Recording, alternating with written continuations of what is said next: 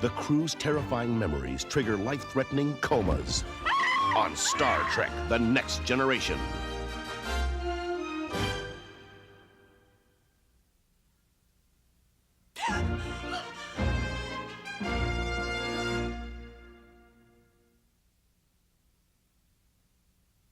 A failed mission Prepare for impact. forces Picard to crash land on a desolate planet. The pilot, he's injured. He needs your help. He's dead.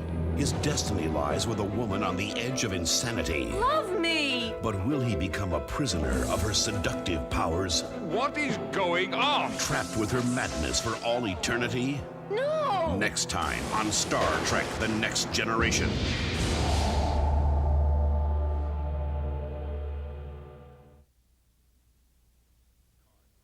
Picard crash lands on a desolate planet and becomes a prisoner of a crazed woman on Star Trek: The Next Generation.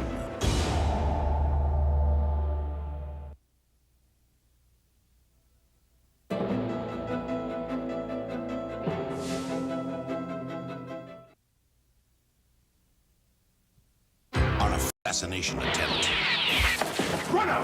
tears a family apart. If he stays here, he will never be a warrior. Now, Worf's son faces a crucial rite of passage. I don't want to be a warrior. Will he dishonor his father and sever his Klingon ties forever? We will never be able to defend our family against... Enough! Next time on Star Trek: The Next Generation.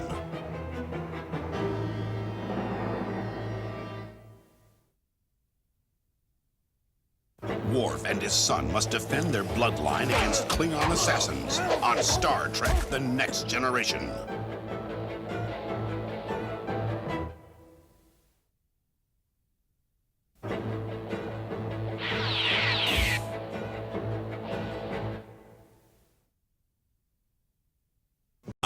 On Star Trek: The Next Generation, Geordi is missing in action on a deadly planet.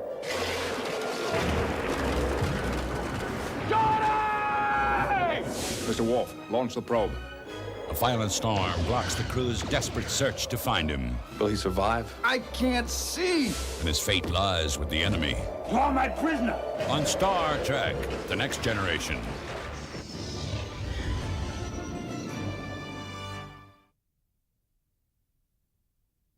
Geordi's missing in action on a storm-ridden planet in the next exciting episode of Star Trek: The Next Generation.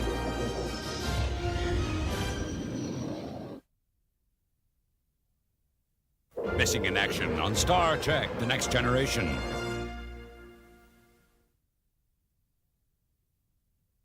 Next time. Stricken with total amnesia, I don't know who any of you are. Don't even remember who I am. the crew struggle to find their true identities You and I could be married. and discover they're in the midst of an alien war. We've been ordered to cross into Lycian territory and destroy their central command. There could be thousands of lives at stake. Next time on Star Trek: The Next Generation.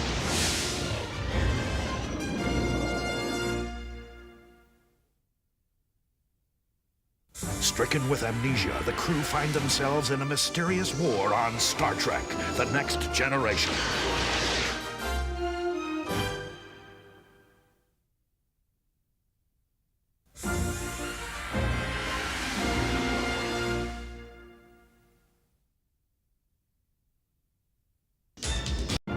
Next time on Star Trek: The Next Generation. Data's in the hydraulics room alone, and we're hearing laser blasts. An invisible enemy attacks, What is it? Could it be alive? and a small but powerful life force is unleashed. Evacuating lab. Now it's growing This keeps up, it'll tear up the Enterprise. and declaring war on the crew. It has the power to destroy this ship and everybody on it. On Star Trek: The Next Generation.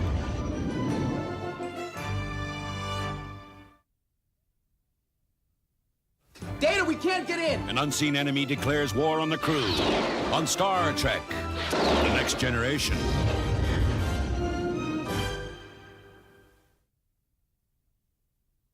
An enemy life force on Star Trek: The Next Generation.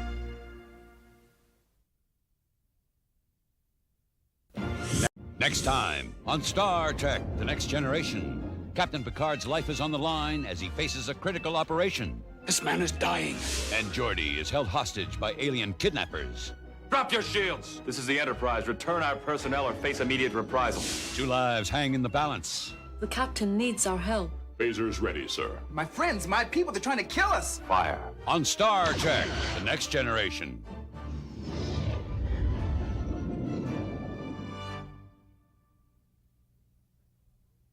A critical operation puts Picard's life on the line. Will he survive? Find out next time on Star Trek, The Next Generation.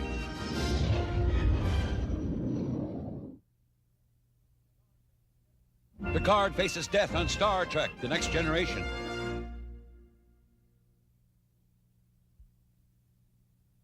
Next time on Star Trek, The Next Generation. Come on, let's go! The crew rescues Klingon fugitives from a war-torn ship. The captain wants those 2 taken into custody. But these warriors have deadly motives. Join us. No, a sinister plot puts Worf's loyalties to the test. He has a phaser aimed directly at the dilithium crystal chamber. Brother, we have a chance! On Star Trek, The Next Generation.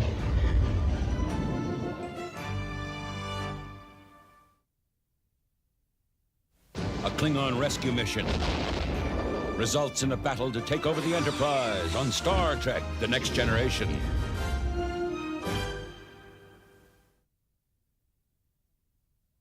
Klingon sabotage on Star Trek, The Next Generation.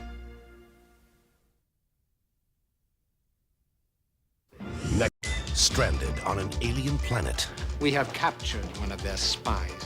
a case of mistaken identity endangers Riker's life.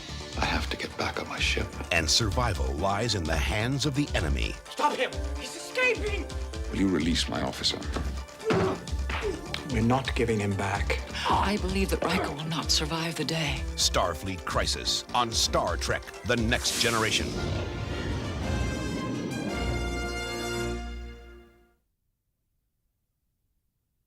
Riker's trapped on an alien planet. Stop him! With no hope of escape on Star Trek, The Next Generation.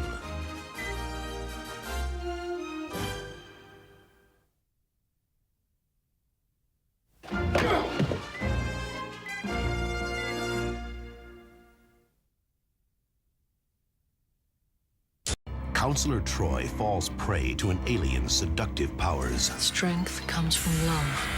I have no intention of releasing her now or ever. And a startling metamorphosis releases jealous rage. I need you. Deanna's condition is deteriorating rapidly. Will Troy pay the ultimate price for unbridled passion? Counselor Troy is dying. Next time on Star Trek, The Next Generation.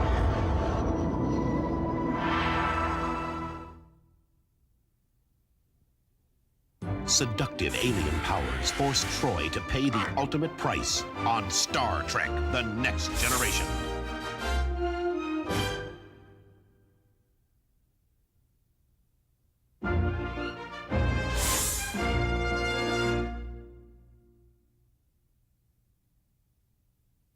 Clash between generations I hate him. triggers an escape into fantasy. My little warrior wants to see more out of life than just fighting, eh? But a parasite invades the Enterprise, Is it big enough to cause a threat? and Worf and his son are trapped in its path of destruction. There won't be a ship left to reach the Polaris field. Life signs are failing. Primary power systems are going down. Next time on Star Trek, The Next Generation.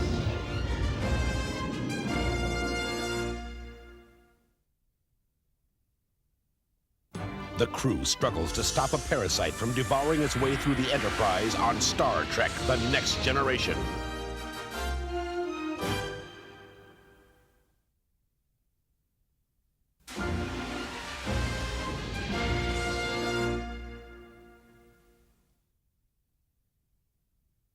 A young cadet captures Data's affections. Well, then it seems the next move is yours. But I am not capable of love. And now he's determined to pursue a romantic affair at any price. I think you should be careful. There are always risks of getting hurt. Will Data finally achieve the passions of human emotion? What's wrong with you tonight? Perhaps there is something wrong with you. Next time on Star Trek, The Next Generation.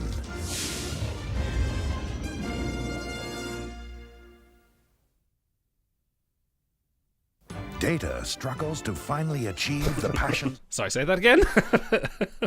Hello, everyone. But I stroke it thusly. Hello, everybody. We're here to watch along once more, and we're continuing. Dirty pool.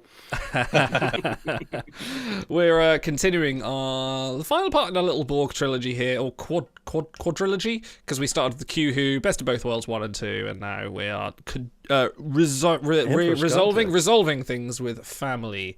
This was Auto's pick. This is your draft pick, weirdly enough. I think I'm going to look at the draft board. Did you draft this after I picked Best of Both Worlds? I think yeah, you did. Oh, yeah, much later. Yeah, much later. Couldn't believe it was still sitting there, but...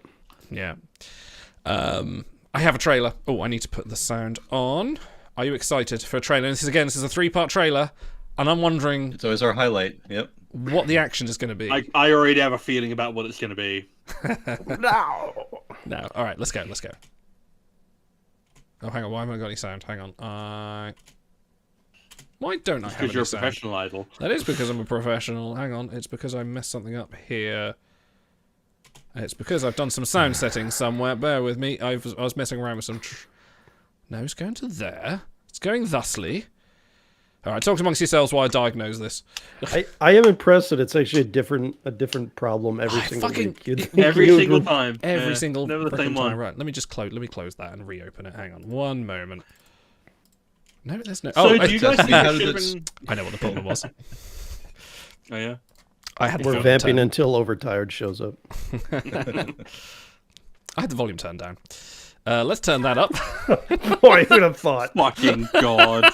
Pump up the jam. Pump up the jam. Right, okay, let's watch this trailer. Next time on Star Trek, The Next Generation. Now it's not coming up on the screen. Hang on, sorry. Oh my God, you guys try doing this. No, we prefer to rag on you instead. Yeah, it's easier. It can only get so hard. Idle. Stop teasing us. Wow. We want to stroke it thusly. All right, now for 100, we're gonna play this next time on Star Trek: The Next Generation. Picard faces his most difficult mission, the long journey home. I seem to have made a rather disturbing discovery. Family reunion takes a twisted turn. What the devil happened to you up there? Turning brothers into bitter rivals. I even enjoyed bullying you. A tragic homecoming on Star Trek: The Next Generation. There's no way it's not the punch. They were scraping the barrel to try to get some drama for this trailer. Literally, a barrel was involved. Yeah, it's got to be the punch. It's not going to be. I enjoyed bullying you. Is it? You know, it's just Picard looking pensively, stroking his cheek. I've made a rather disturbing discovery. I'm gonna pull out of nowhere and just say it's gonna be them covered in mud. That'd be. That's not bad. That's 4-dimensional chess right there. Yeah. What do you want to rate that? Do you want to rate the trailers? What do you want to rate that? No. Yeah. We're getting a little granular. Okay, here. fine. Yeah. I like do you want to rate the end credits credits too? too? A bitter family reunion on the next exciting episode of Star Trek: The Next Generation. Well, that doesn't mean it's going to be it, though. We did get a third round weirdo, so maybe we know. Let's find out. Let's find out. Times. Could be anything. Nope. I fucking love that. That's so good. It's like he punches him, and then there's the TNG theme song. Let's watch that again. No visual effects, just one stunt. We're gonna show it. Ready? Picard it's also such like a meaty thwack. Like you know that's like a baseball mitt. Ass over tea kettle. Amazing. Can you imagine if that was the only trailer you saw for this episode? And you're just like, why is there such triumphant music for these two old men fighting? I thought about that during this week. I'm like, oh, right, we're going to watch a trailer. I'm like, where the hell are they going to get 30 seconds worth of trailer material out of this? So... It's all ridiculous. Yeah, because if anything, like the Worf and Wesley subplots are even more low-key. Yeah. They should have just done a super cut of Sergei Rashenko talking about specs and diagrams. I'd have tuned in for that. All right, pre-ratings, gentlemen. Dan. Big change of pace here, and I was absolutely ready for it when I was a kid. I just, it's very relatable, this episode. It takes Picard and The inhumanity that he was exposed to in Best of Both Worlds, this humanizes him in ways that no other episode would do. It really isn't. I mean, it's a character episode. It's a Picard episode. It's not really a Star Trek episode, but it doesn't matter to me. This is. You're the second person to have said that. The other one on the pre-show. Okay, and I've got something for you too. So. All right, we'll see. So, but I think I'm going to start at a 9, and we'll see how high I go from there. Okay. Stars, your rebuttal. So, I don't know. I find the discussion about what is and isn't Star Trek to be a bit of a weird one. We'll get into that. That being said, I've watched this not fairly recently, like a few years ago with Brody and Marie, and it is utterly essential. Like we had the discussion about how Patrick Stewart may or may not have been unsure about coming back, and the potential having to refocus the entire show around a potential Riker Shelby show. And this feels like the affirmation of, all right, Picard's here for the long haul. We've got Patrick Stewart. We're going to humanize this character, and this is what the character going forward. And here's our justification. Here's our blueprint. And as a result, and also with how good these subplots are, and how good the character writing is, I don't see myself deviating from a 10. Wow. Interesting.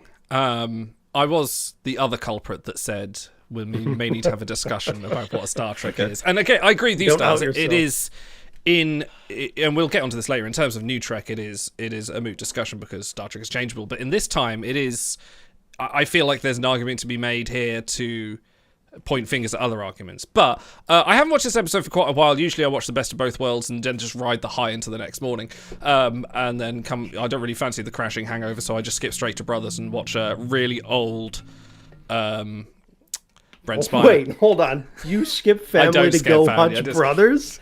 To go watch Brothers? It's got the lockout command sequence, and that's it from that episode. Again, it's been a while since I watched it. I don't skip the episode, but I was being facetious. But I am gonna go with it because this episode is emotionally great, but it is kind of nothing. And I'm probably going to be eating those words later. We'll see. I'm going to be the real contentious one here. And I'm just watching Stars freak out right now. Is it going to be an 8.5? No, I'm actually thinking of pre-rating this a 6. Okay. I'm going low. You guys might hate me for it, and I don't care. Auto. I'm glad to finally be back out of the villain spot for one episode, because I feel like I've been ragging on everyone else's Borg episode. This is going to be like The Perfect Mate in more ways than one. If you watched it when you were younger, you probably missed the point. And it's not to talk down to anyone. It's just, it was made for a more mature, older audience. Also, like The Perfect Mate, I think 3 of us are going to rate it a 10, and Idol's going to rate it lower. And that's fine, because we like different kinds of Star Trek. So I can't, last time I watched it, because now whenever I watch Star Trek, I can't fucking not Trek it. So I'm going through the segments in my head. I'm like, where's my worst moment? And I just could not find one. So I know there's a question about like how thin his motivation is to actually stay behind on Earth, but I'll get to that too. So that's my very long-winded way of giving it a 10. Fantastic. All right. Power up your Paramount Pluses. Put that VHS tape in the Betamax and then wonder why nothing's working and everything's scrambled. But take it out, put it back in, and let's start playing this episode. And let me get all my ducks in a row, and hopefully everything will work this time. Let's find out in 5, 4, 3, 2, 1. Hong Kong. Oh, why is subtitles not working? I'm better. Okay, there we go. It's working now. Borg that is incident. A cool little dock. Yeah. I always found it weird just how little orbital stuff there is around Earth.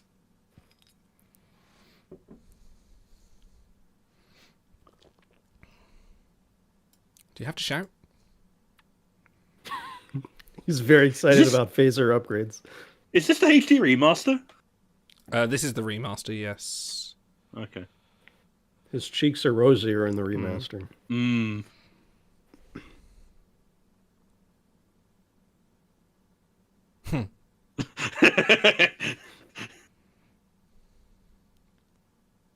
He's holding a Game Boy there, really. Yeah. It's a very thick pad. Yeah. That's not true.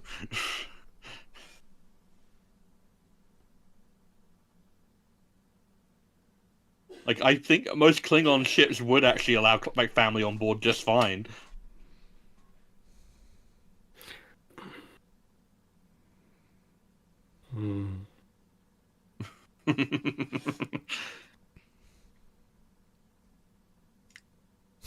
Confused Riker. By the way, if you were going to guess any TNG cast member to have a subplot about being embarrassed by their parents, Worf would not be high on my list.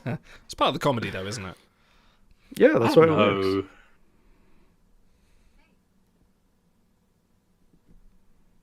Of course, yeah, this is post Sins of the Father, isn't it? So, yeah. Yes. Yeah. Dude, look at that chest. I know, right? Yeah. Picard's pretty good, too. It holds all his clothes.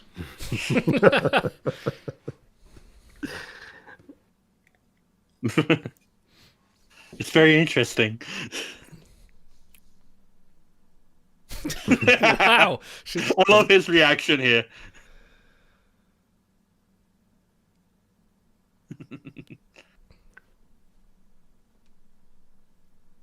I hate it when you do that.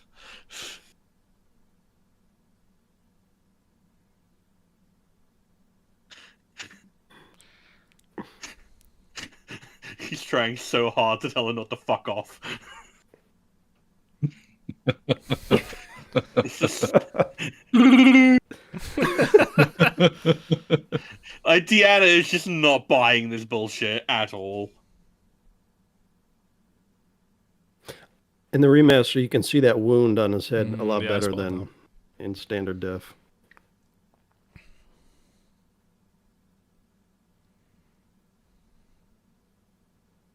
Yeah, you're right, actually, yeah.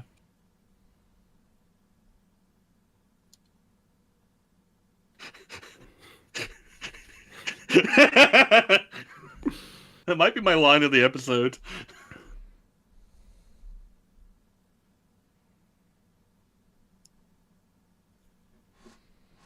I know that you're part of a fairly unserialized TV program, but we have to address the inevitable psychological fallout. That is very quotable, that line. God, Marina is like as cute as a button.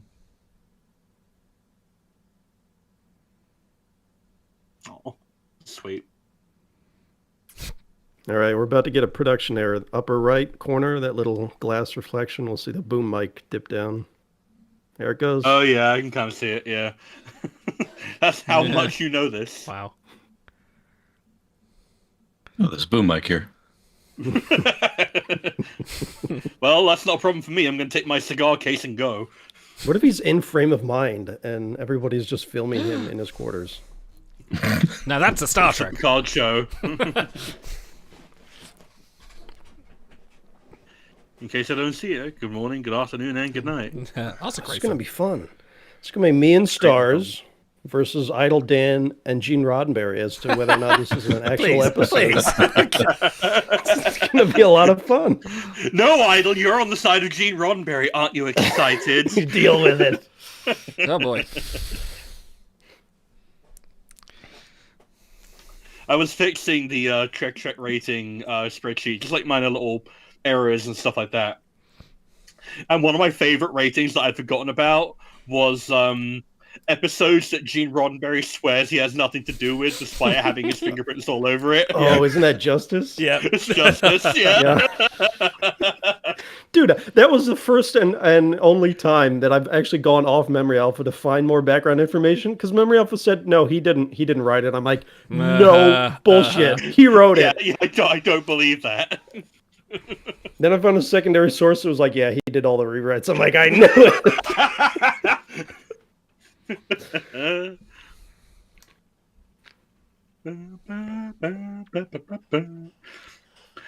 You never forget, Justice and Family exist in the same show, of course. Exactly. One of them's the sci-fi plot. Yeah, one of them's good too. What did I rate Justice? I can't remember. Something terrible, I think. If you gave it anything above a 3, I think you're lying. Oh no, it's a flat 0. Good, yes.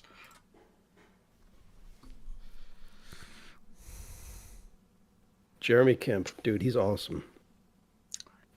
Hey, Miles.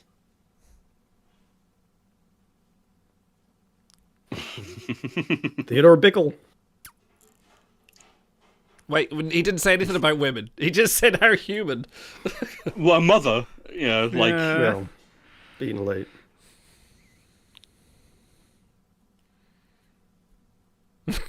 Are you sure Gene Roddenberry didn't write this? This is the one scene that's a little bit, but it's... I mean, Miles has always had a mildly misogynistic kind of bent to him. Like, the amount of, like, time he spends with Bashir thinking, why can't Keiko be more like you? Alright, here we go. Dude, look how happy Worf is. He's so cute in this. He really is. Oh, a little cheek, a kiss on the cheek. No?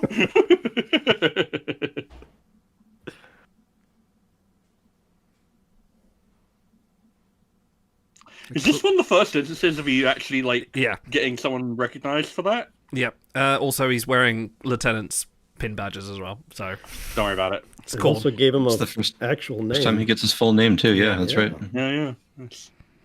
Miles Tails Prower. He's so expressive. I love... She reminds me of Shoresh... I can never pronounce her. Agda Shalou? Yeah. Yeah. She's amazing. Yeah, I love Except her. much more positive and It's not something swearing about as the... Oh, no, I kind of love that about Suresh. Yeah.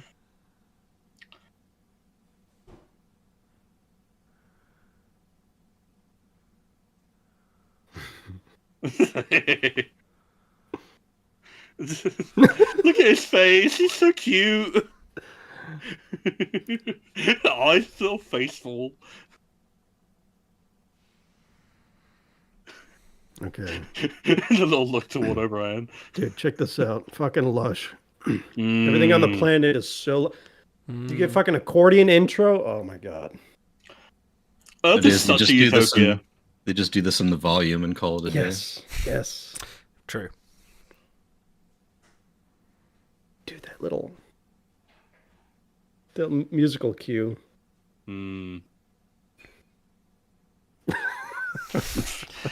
You're being such a twat right now, Jean-Luc. How many burnt nephews out of 10? Alright, Idol. Sorry. It is a shitty story point in Generations, but... It is, yeah.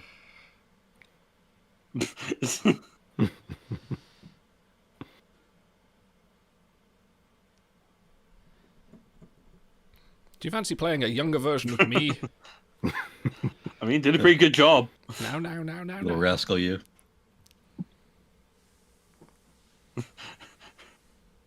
Dude, we're getting a nip slip.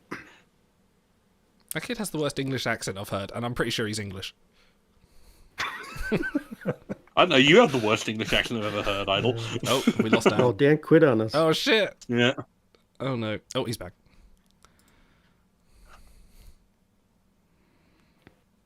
Hey, Dan.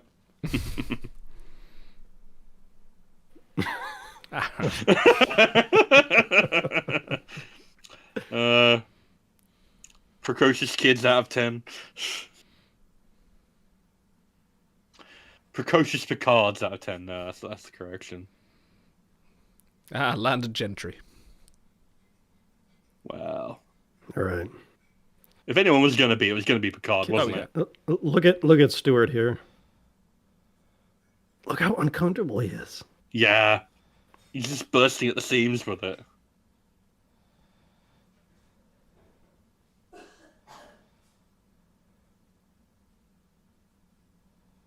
Like, how often does Picard stutter like that? Pulaski was always one to Only when Loaxana's around. Yeah. That's true. Weirdly enough, women. Always women. On Q. Every now and then. I'll renovate it all by Picard. No, by Rene. Oh yeah, good point actually. Dude, look how many his face much tension. So much has tension, so much yeah. character in his face. He looks like he's about to start like gnawing at his nails. How did Robert land a woman like her? I don't get it. So actually, he is very sweet with her in this episode, even though he's a prick to Jean-Luc. Yeah. Is this before? This is before Disaster, isn't it? Yes. I think so. Yeah, it is.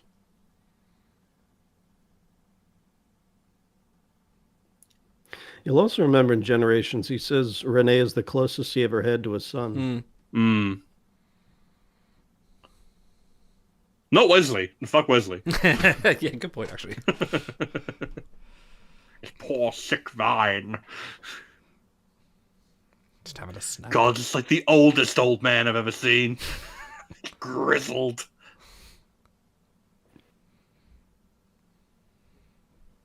He's only 32.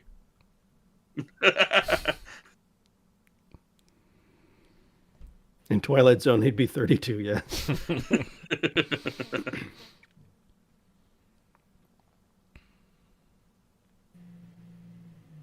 That sun, you can tell it's California. This line.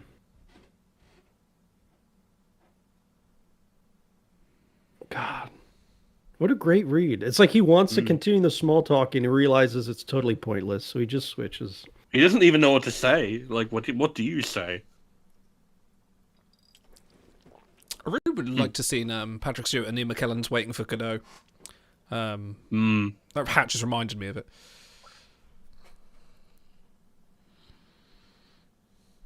Here comes the matte painting. Yeah, I love this map painting. Like that kind of moment of, oh wow, you're the exact same person I always remembered you. I didn't even notice that he turns back to look at him. Yeah, that's nice. Future France. We Is love that it. Champs-Michel? I forget the name of it now. No, it's too near the coast. You are assuming. Ah, nice little gloss of yellow and red. It's very TOS. Yeah. Love the mood lighting. Dang, of the future. Wait, Dang was of the future. You know, their Philips Hue lights are working like a treat. Yeah. Here's my Avon kit. Would you like some perfume? If I upsell it now, you can sell it on. And look, they hold it up just long enough you can read Jet Crusher, Stargazer.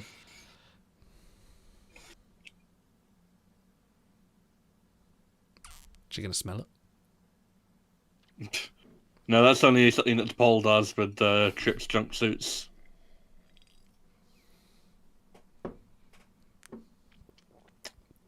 Bit of wedding stuff is sad. I just love her to pull out a gun. I mean, a phaser, yeah. It is ripe for a naked gun gag.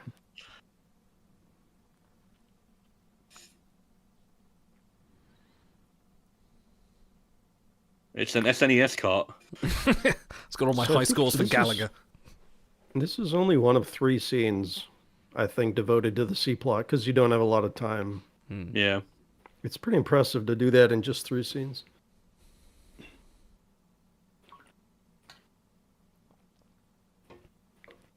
My notes. Love the way Gates plays that.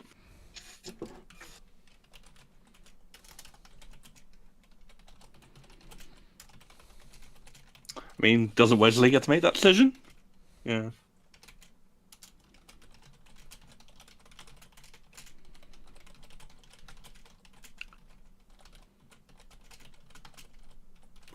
Shimoda? No. Backwards. No, never. Oh, the Azimuth Step Command. Dude, this scene is so charm, so fucking charm. R.I.P. Sonia Gomez. Yeah.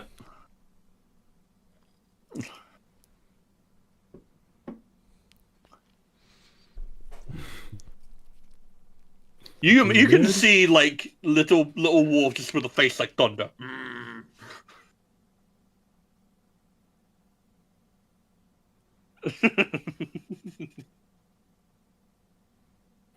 Actually, no, I got time. Scotty's not here for 3 seasons. Yeah. Dude, LeVar's laughter could cure cancer. Yeah, it's true. There's a Pretty little sure it smile has. too. Yeah.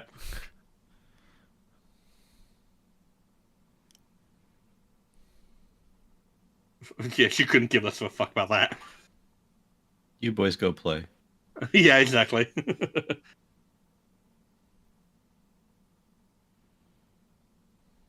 When you get tired of my dad. Oh, what a good son. Well, he had to be the good son because Nikolai sucked. We don't talk about the lost siblings in this show. Well, So this is all the Trek Nababble you're going to get in the show. Those Yeah. 2 lines.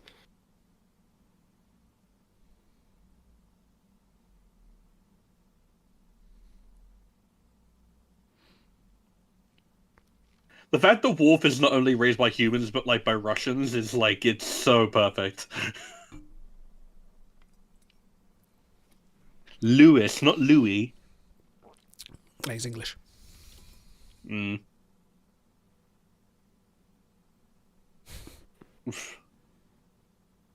Doesn't figure out where we're going to put all that water, though. Yeah. It's actually I a guess they'll splinter. just put it in a replicator and like recombinate it. I don't know. It's actually a splinter terrorist group. They haven't revealed themselves Hank Scorpio style. I shall raise the ocean floor.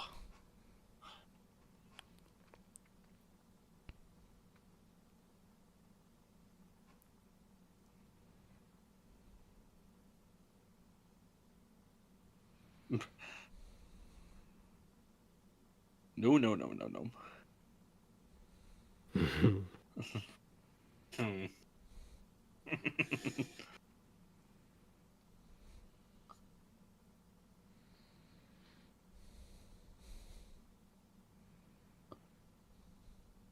Salut.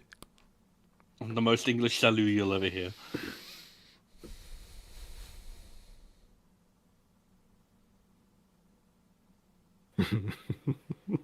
That's such judgment. It's just a perfect mix of pride and disdain on his face at one moment. Yeah. He's Remarkable. so good. His face is just screwed up like a fucking sponge. The neck helps as well. What He's is almost. appreciation. He's probably the most alien-looking human I've seen in the show so far, if I'm honest. By the way, R.I.P. Samantha Eggar. She Oh. died in, what, October, I think? Oh, that's a shame. Oh, that sucks. Late last year. Cooking? Did he ever play Scrooge, that guy, that actor? He feels like he would make an amazing I Scrooge. think he must have done. Yeah. He would make a really good Scrooge. I know Patrick Stewart. This is the most... I love how demure Picard is here when he keeps taking insults from his brother.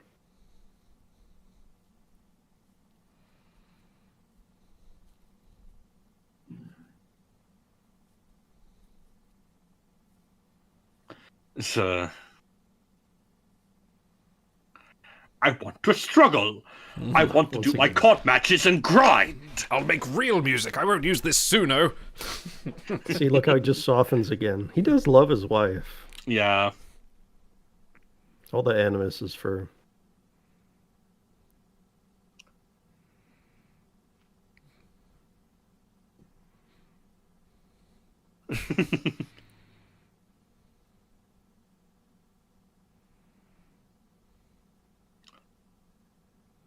I don't recall. But he's so right though. Picard absolutely does remember. Mm-hmm. Oh, he did. Look, once again, he just eats another torpedo. Yeah.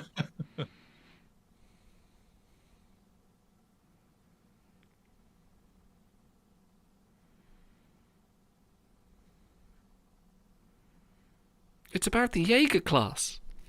Throws it into the fire. Right, we're about the Sovereign.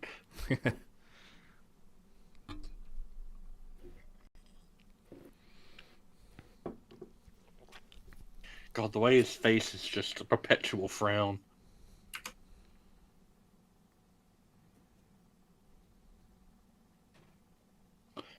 It's the first time he's actually fired back. Yeah. Now watch this. this reaction. That's That's slow not fall. That's not a. You have a better argument. That's a. Am I ever going to have a chance to raise my own son?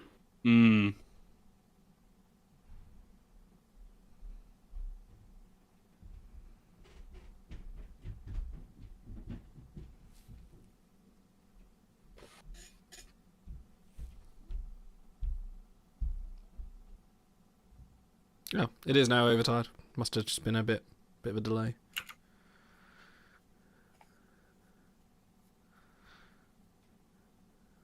Hi, overtime. Now we can start the episode. We got somebody watching. Nice. Don't disrespect the lurkers, Dan. They're here in spades.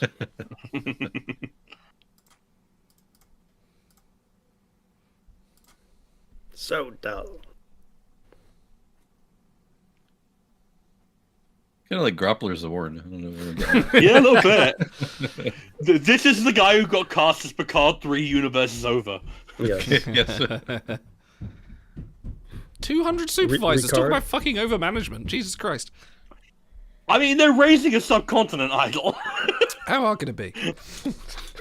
Pretty fucking hard, I think. I love this line. It'd be quite good if this is same good as the Doctor, same guy as the Doctor in Picard season 1. Oh yeah, the Not Benny Stargazer Hill, guy. Yeah. Yeah. Oh, did the chat actually completely break overtime? Sorry. It's working now. Just repeat them. We'll laugh like we heard them for the first time. Yes, exactly. Pen pals. Remember 4, was that a previous episode? Okay, yeah, I was going to say, it sounded familiar. Which actually I think is an underrated episode. It's a good episode. You should draft it so I can give it an 8.5. Two good line reads here. No, I'd never. I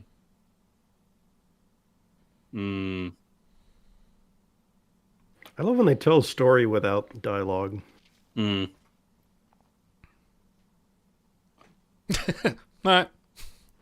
Alright.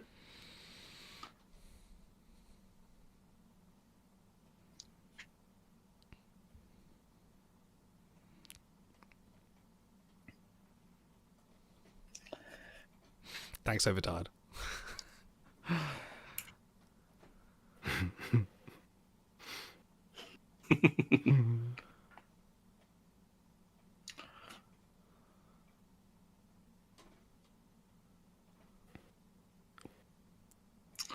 God, they're so adorable. I'm so sad we only got like one appearance of the both of them and then the second from her. I would have loved to see more of them. That little smile is so cute.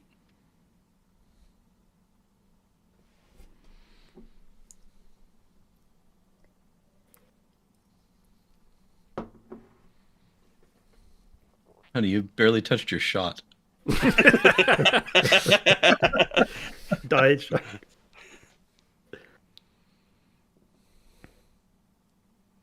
Oh. Tableau. There's the card. Yep. Wesley comes in here. And he comes on the bridge. Dad.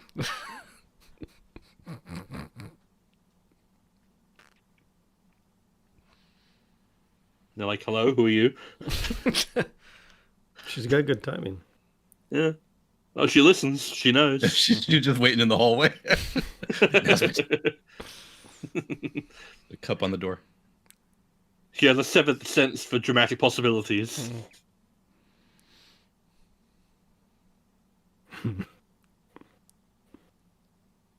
Serialized elements.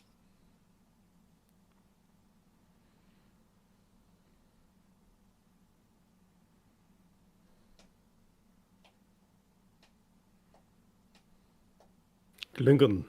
Yeah, Klingon. Where is my Boyd? I want my Boyd. Look how cherubic he is. Yeah.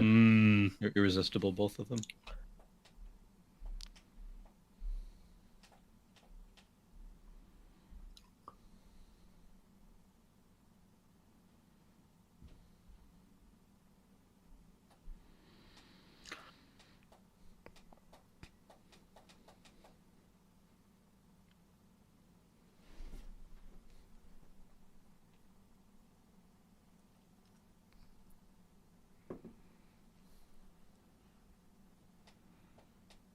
I was actually just thinking that. Like, I wish more parents were like these two.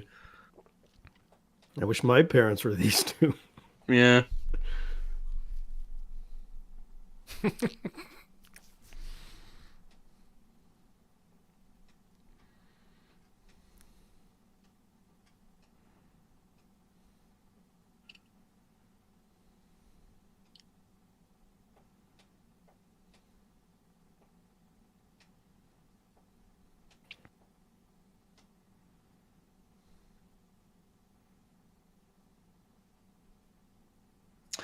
She's got like the biggest, most expressive eyes. And you know, that's something that he would never in a billion years tell his parents. Never in a trillion years.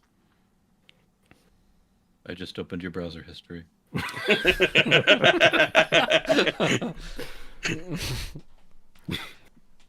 Renee needs a therapist.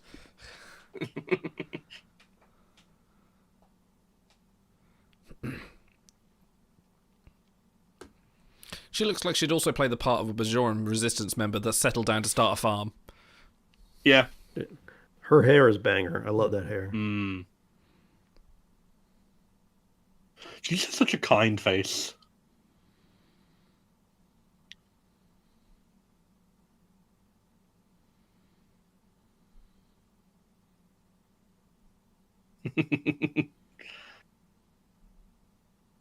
Bow.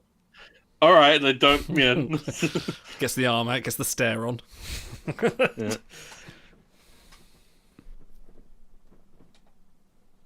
I like that dynamic. It's so hard to feel comfortable in someone else's home, even if you are family. Okay, that part I can relate to. Come in, have some wine. Yes. I mean, they are French.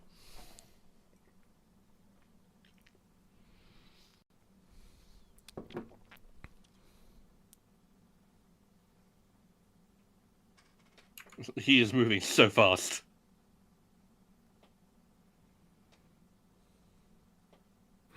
His back's up.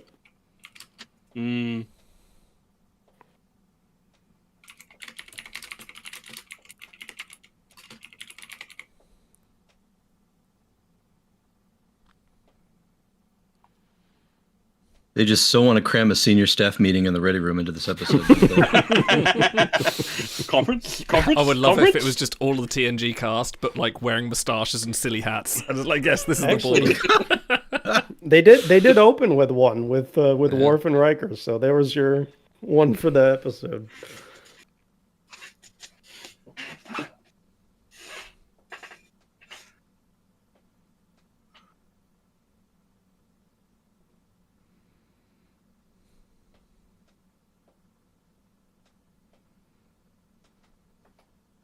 Did want to spend time with his family.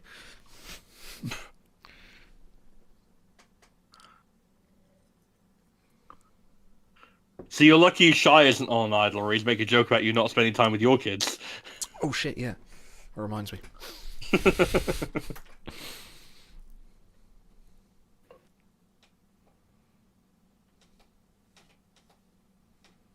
That is a really... Oh, is he sitting in the dumb chair? Yes. Yeah.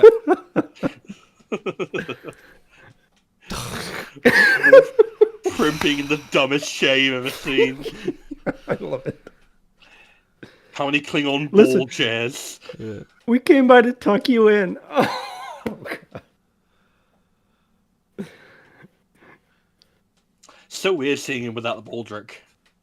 Oh, yeah.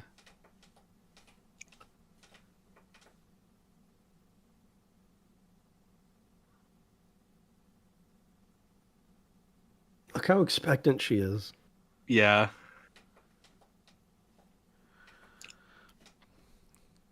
This is going to be evidence in his dismissal trial from the Klingon Empire. It's like, look how soft he has become with these humans. Yeah.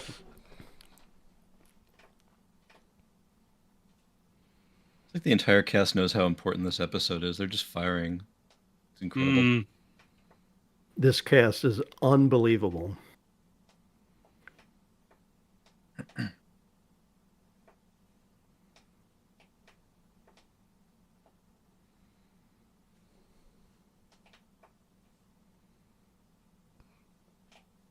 That's why we have moved aboard the Enterprise. Oh, I wish. Dude, he's so adorable. Look at him. Yeah, look, he's got like the rosy cheeks and everything. Like, aww. All right, this is the part Idle might be vaguely interested in, so lock in, buddy. What, a man sitting alone drinking? Yeah, absolutely.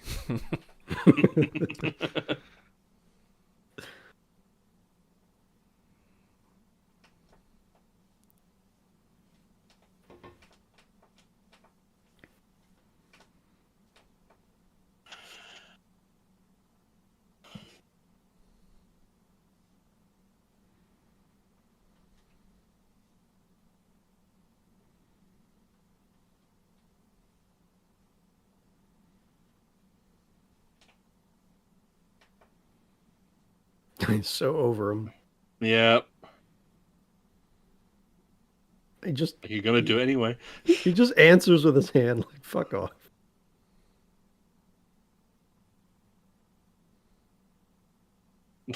Oh. That venom. It is brotherly concern. Absolutely is, but yeah. Oh, it is, but he's never gonna admit it.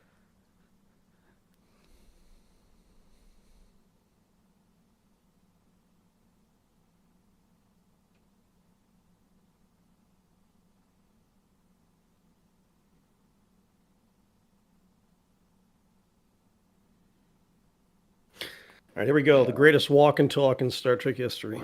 Yeah, it's up there.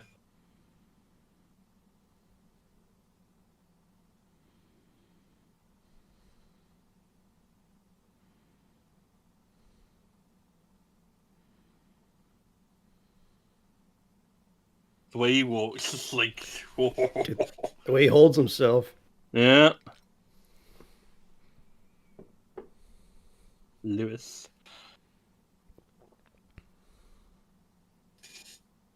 Oh, we'll get to that, Damar. Yeah, Roddenberry didn't think it was Star Trek.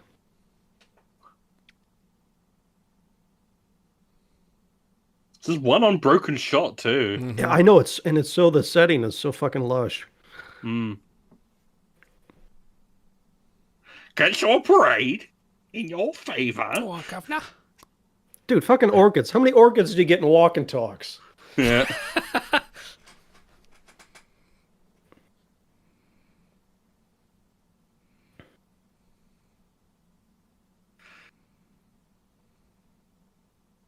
You can hear his voice breaking.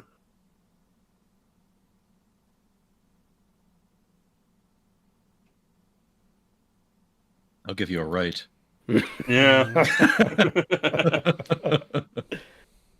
Do you like how he contorts his face? Just shaking with anger.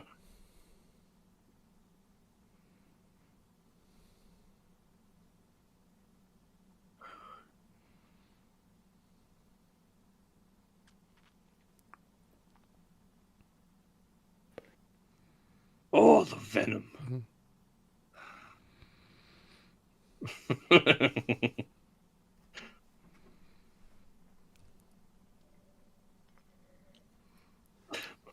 I hope you die in a fire.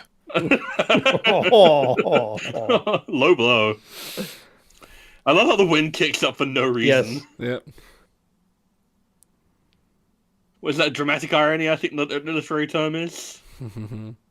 Is this AI slop? Everything's AI slop these days. Now we're just watching two old men push each other. And now it's getting a little embarrassing at this point. I think that's kind of the point, though. I like it. I know.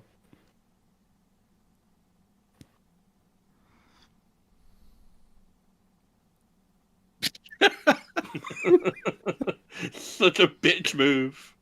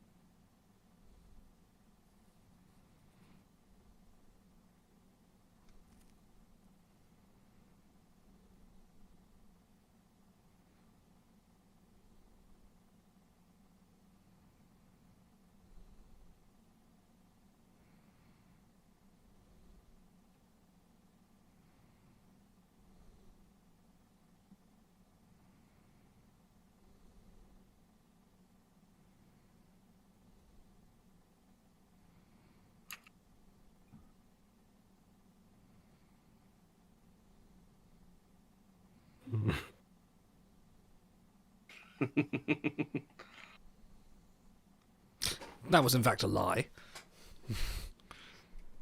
Any of you guys have an older brother? I have one now, yes. And I do. The dynamic is there. I get it. I have a half sister that's 9 years older than me.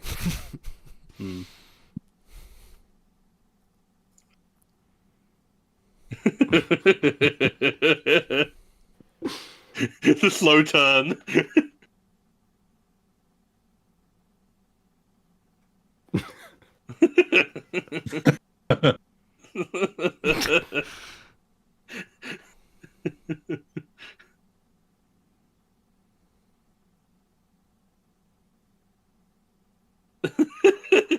The little look.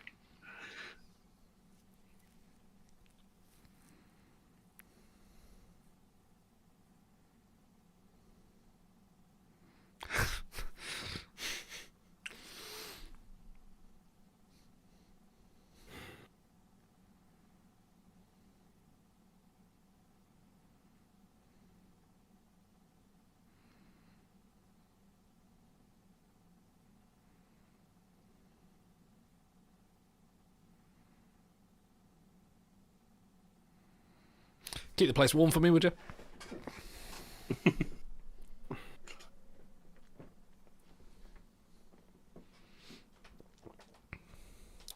Yes, in about 30 years I'm going to get really depressed and bang a Romulan housemaid here. You can do worse things.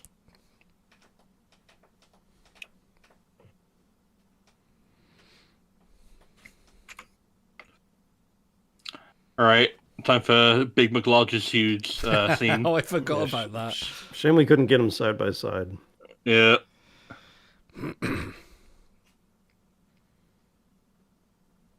You might remember me from Jeopardy.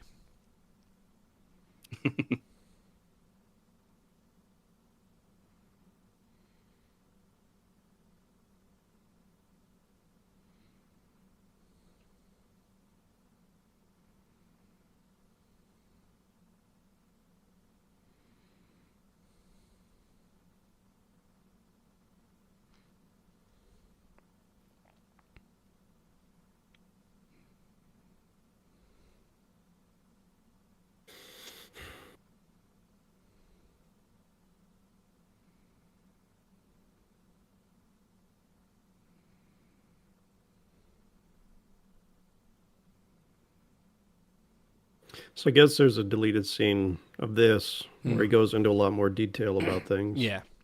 That's on the Blu-ray, actually. I think I have it, but can't play it, unfortunately.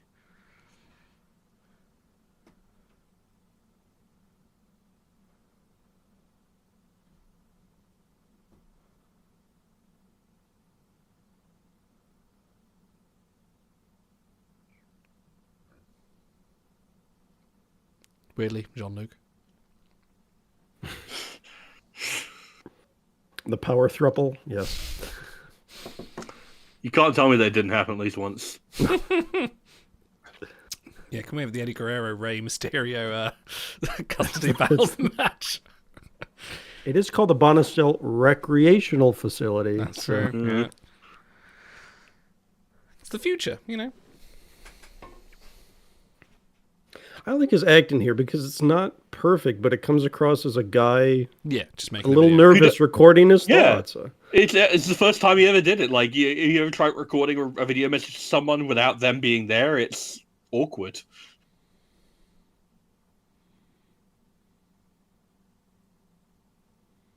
I think that's my only regret for the episodes. I wish they had gotten a little bit of a stronger actor for his dad. Yeah. Like, he's noticeably not great, but, I mean, look who he's performing against. Patrick Stewart and multiple Academy Award nominees, like... Yeah. Look at the way he holds himself still. God, I love this guy. Just propelling himself forward with the power of his waddle. You too? You sounded like that when you were young, Idol, don't lie. Dude, he's got the Lego hair. Yeah.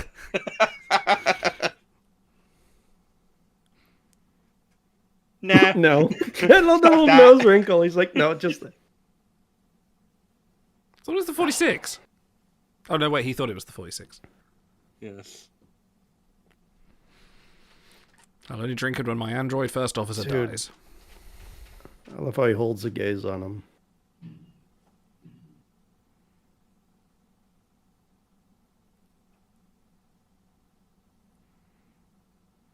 And then the way he just releases him. Yeah. God. Now, I was kind of hoping they would just roll credits here, because it is beautiful, but I really like what comes after, so I'm glad it wasn't missed.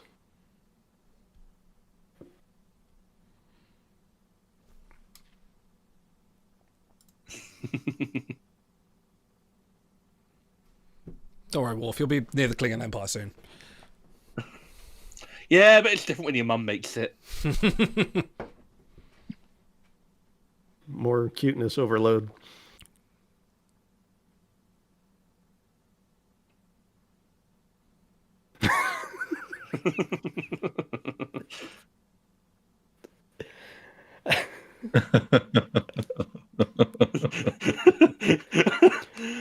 I love Worf giving his mum the sign, like, please help. Sure, you know that.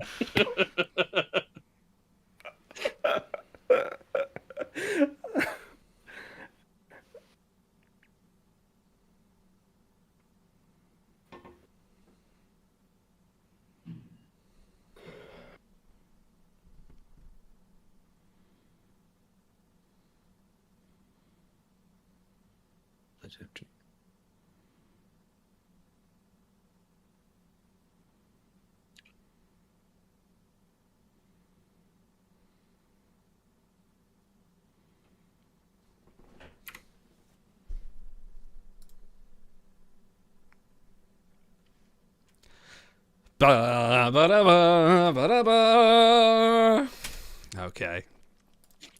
That's enough jolliness from you guys. Okay, let's do this one.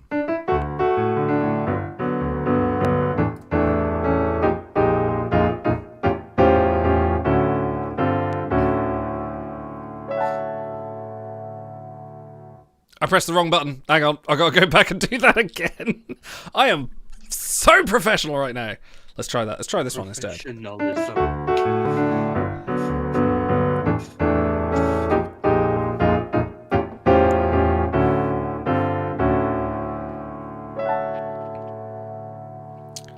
Welcome to Star Trek Trek, our ongoing journey through the episodes of Star Trek, and we are finishing our Borg quadfecta. It's not a trifecta, a quadrilogy of 4 episodes. Q Who, Best of Both Worlds 1 and 2, and now we are into Family, having just watched this amazing episode. Yeah, this was definitely the conclusion. A very different episode, a very sort of interesting episode to talk about, which we're going to have a lot to talk about.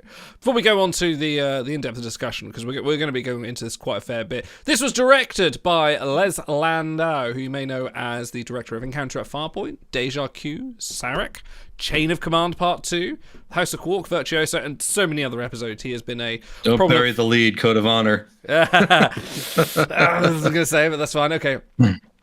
This was written by Ronald D. Moore, who has written a phenomenal amount of episodes, as well as he is the showrunner of Battlestar Galactica and Outlander and loads of other science fiction properties, including For All Mankind, which is starting again soon.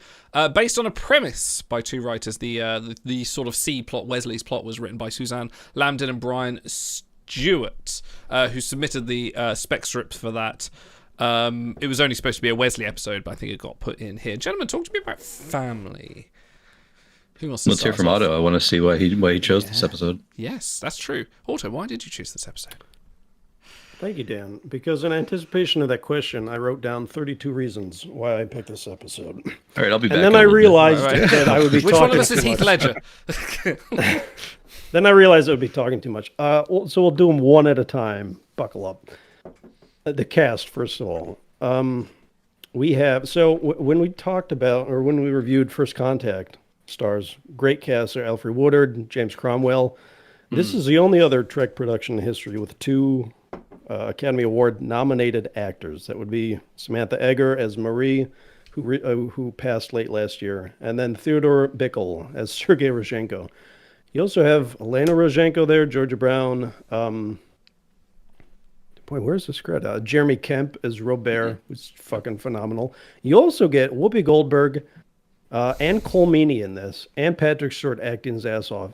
You guys may laugh, but I think this is the most talented cast ever assembled for a single Star Trek production. It's fucking phenomenal. Yeah, no, you won't hear any arguments from me. There's only one slight, low point, but it's one of those things where it's like, it's a low point because everyone else is batting a million and he's just batting like a 7 or an 8. If this was like the Masterpiece Society, whatever, he'd probably be like a highlight, but as it is, he's just kind of okay. And that's Jack Crush's actor, who I think was probably cast more for his resemblance to Wesley than anything else, and also to Big. Yeah, that's probably on top of their mind when they... Yeah, totally. Yeah, that's the smallest part of the episode is Wesley's C plot, and they even cut some of that out too. I'm glad they left it in so that we, got a chance to see yet another family, and those are the themes that we get to explore together. So, sorry, we're all in our feelings a little bit. It was a powerful episode. Yeah, maybe more so for some of us. So we're starting out a little subdued today. Do we want to jump straight into it and have a conversation about how sci-fi this is? Okay, so that's a good start. This is where I come in. I'm just to give a backstory, just so I'm not portraying myself as a complete bastard, and you guys all jumping on me in the same way that you usually do. I would use the phrase Philistine, but continue. Philistine, no, that's fine. That's fine. I can take a punch. It's okay. Just like Robert, I can fall in the mud with you guys and wrestle until we've got through this catharsis. I love you. I do detect a certain resemblance. No, you guys know, and stars know as well, like I'm a big fan of Discovery and modern New Trek and how it does things differently and how it portrays a different side of Star Trek, and we can have these very open to the idea that Star Trek can portray different stories from time to time and not be stuck in the same rut that eventually killed Star Trek back in 2005 by doing the same thing sort of for the many, many, many years with Enterprise. However, when you think of TNG and you think of like the episodes you watch, this isn't generally a traditional TNG episode. This is very much 3 emotional subplots in a trench coat. What I want to ask you guys is it, and I hate to say this because I hate the phrase like, oh, this isn't Star Trek enough for me. Oh, this isn't Star Trek to me. This is Star Trek. I hate that phrase. I'm not keen on it. I know Auto use it, and that's fine. Everyone has their own opinions on it, and I respect that. For me, I'm not keen on it because I believe Star Trek exists in any iteration. But guys, is this a Star Trek? Is this? Yes. Yes. No. Sure. But go on more. Rebut me. I'm here to be spoken against and to sort of flash because this argument is you haven't used. told us why you hate this episode. Yeah, no. Just butt us. Just butt us. This episode, that phrase is used by a lot of in a lot of like modern Trek to go, it's not Star Trek to me, or it's not Star Trek enough. But this exactly is the epitome of that kind of episode. So please, I need you to set the stage with us with your Gene pull from Memory Alpha because I think that actually is. Gene fucking hated this. Gene Roddenberry, creator of Star Trek, Rick Burns wasn't keen, but so from Memory Alpha, Gene goes through this whole thing about how much he hates the script. It says terrible things about Picard's parents. These brothers don't exist in the 24th century. They have such profound personal animosities. This would never happen. I don't buy any of it. This is not a Star Trek episode. There is no action in this. There's no jeopardy. We can't do this show, which is a very Gene Roddenberry thing to say, but also speaks to how much of the utopia of Star Trek are we aspiring to, and how much normal human life are we aspiring to as well. How realistic can it be? Otherwise, it turns into the motion picture. Well, so that's actually part of my rebuttal. Is like the reason why this is so science fiction and this is so Star Trek is because it takes place on a Earth that can only exist in sci-fi and only in Star Trek. Only in this particular fictional universe can a family like the Picards exist in the 24th century, and people like Robert are allowed to have whatever views they want and live their life however they want, without being told how to do it in a dystopian fashion. That was us not long ago. It's not been that long. We get to see a snapshot of like a lot of different families and a lot of different people's personal lives, and yes, they have problems. But if you think about Earth in the 24th century, it is a utopia. It's a utopia in the way that you want it to be, not in the way that utopias are so often, where it's like Brave New World, where it's like there's a seedy undercurrent that like permeates it. It's a world in which you can genuinely, actually be whoever you want to be. And that's not to say that you won't be challenged, but it's a uplifting view of the future, and the only reason it doesn't seem like science fiction is because you're not out in the wild frontiers doing whatever. It's like, but if we're thinking about Star Trek as an exploration of the human condition, at some point you got to go back to Earth. You know, like in DS9, Sisko says it's easy to be a saint in paradise. Well, you've got to define paradise in order for things to have any kind of meaning. Otherwise, like I know this is like season 4, episode 2. Two. Yeah, because like Best of Both Worlds is setting a season 4 episode. But it's important to define that and show where we all come from in this future that makes a crew of extraordinary individuals and justify it in a way. This is an Earth that I would love to live in. This is aspirational. Is that not science fiction? Is that not Star Trek?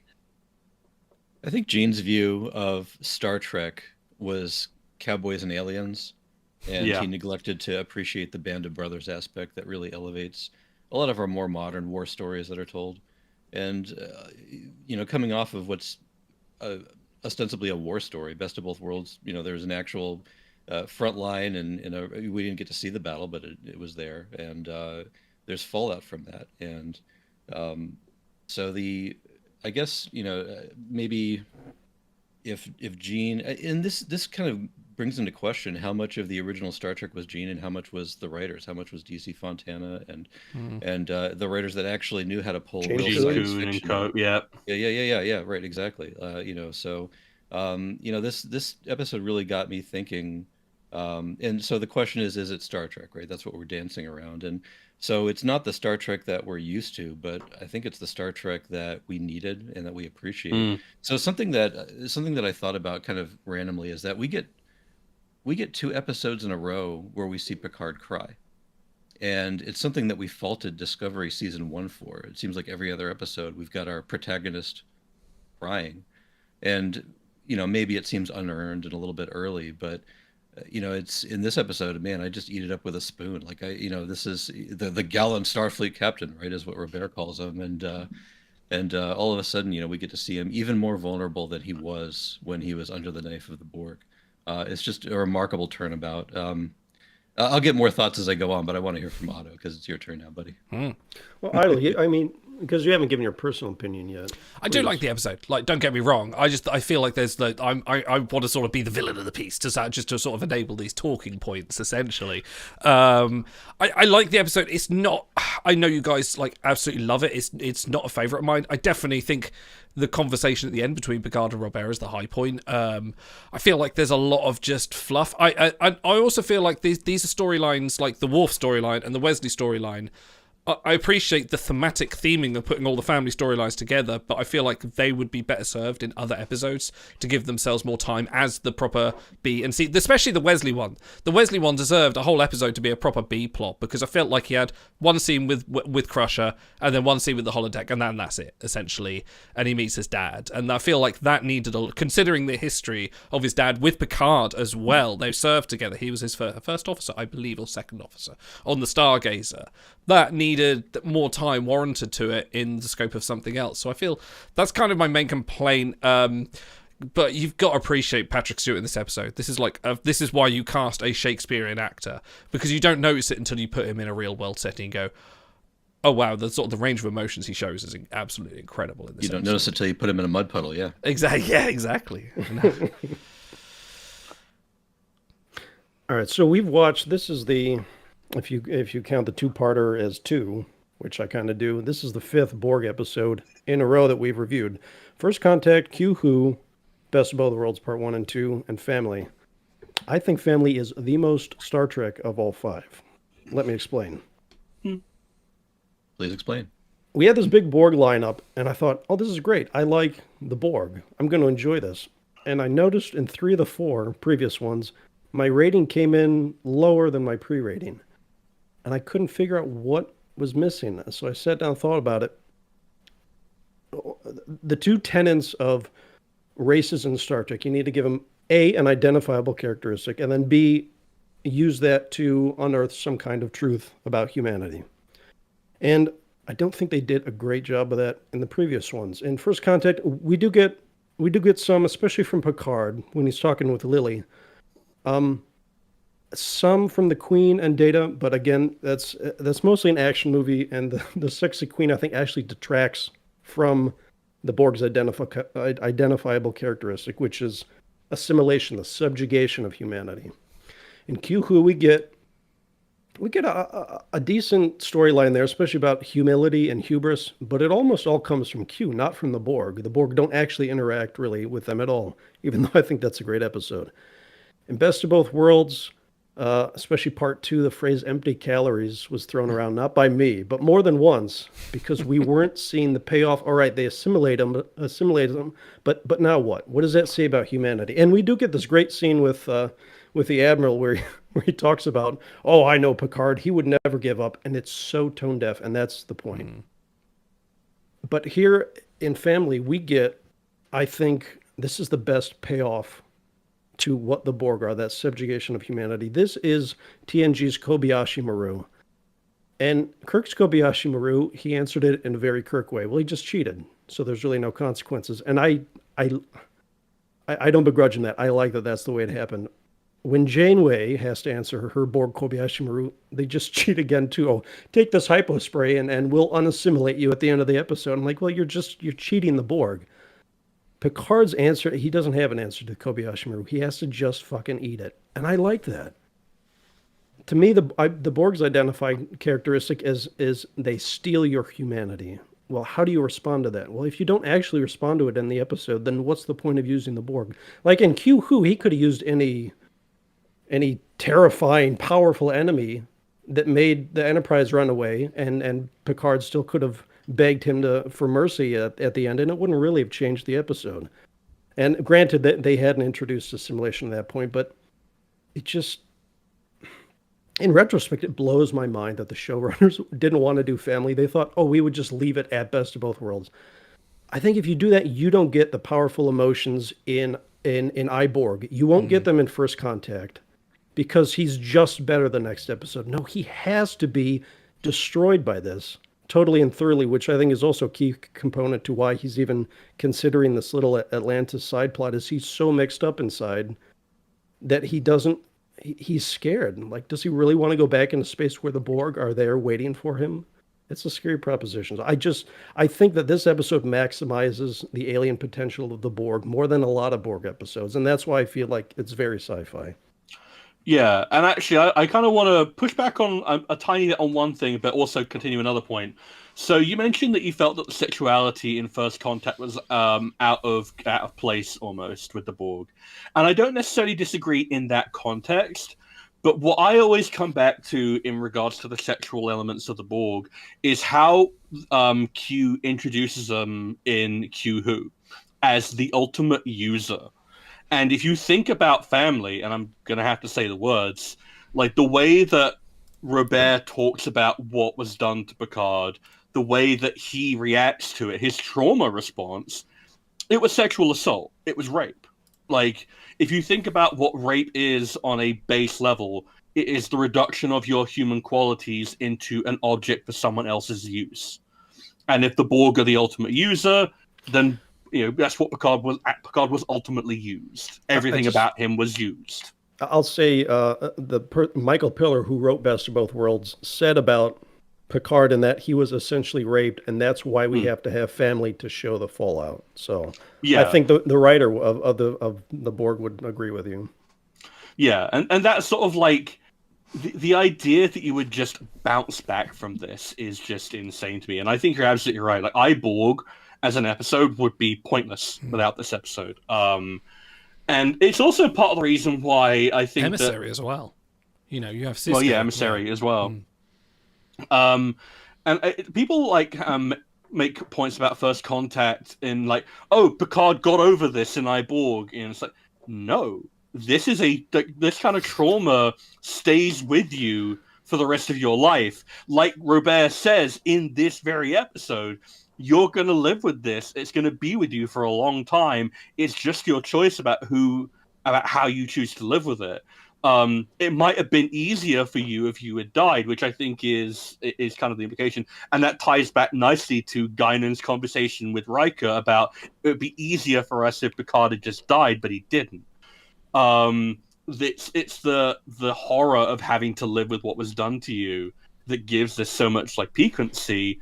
And I think that's what gives it a lot of like what ties it thematically also to Worf and to Wesley's stories, where they are also people who were defined by trauma early in their lives, and their reactions to it and the solace they find in family is what brings it together into a coherent whole, which is kind of what, Best of Both Worlds Part 2, we talked about how that felt like a collection of scenes of ticking off all the boxes, and that's because it kind of was.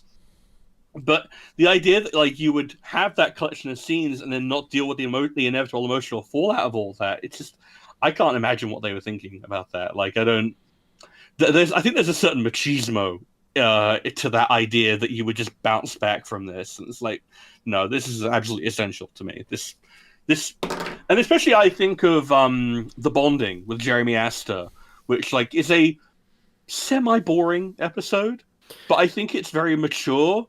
And it also is really important in the development of TNG as a show because it's very committed to talking about things in a very mature adult way about like this kid's like mother just died and we have to work him through this. And the idea that you would look at family after having done The Bonding, like I imagine that's probably why Ronald D. Moore and maybe Michael Piller were working like so. I don't know if I pushed for this as well, but they feel like the elements who are like, no, if we're going to be an adult show, we need to act like adults and deal with adult subject matter in an adult way. You can't just fob it off. So you mentioned the bonding.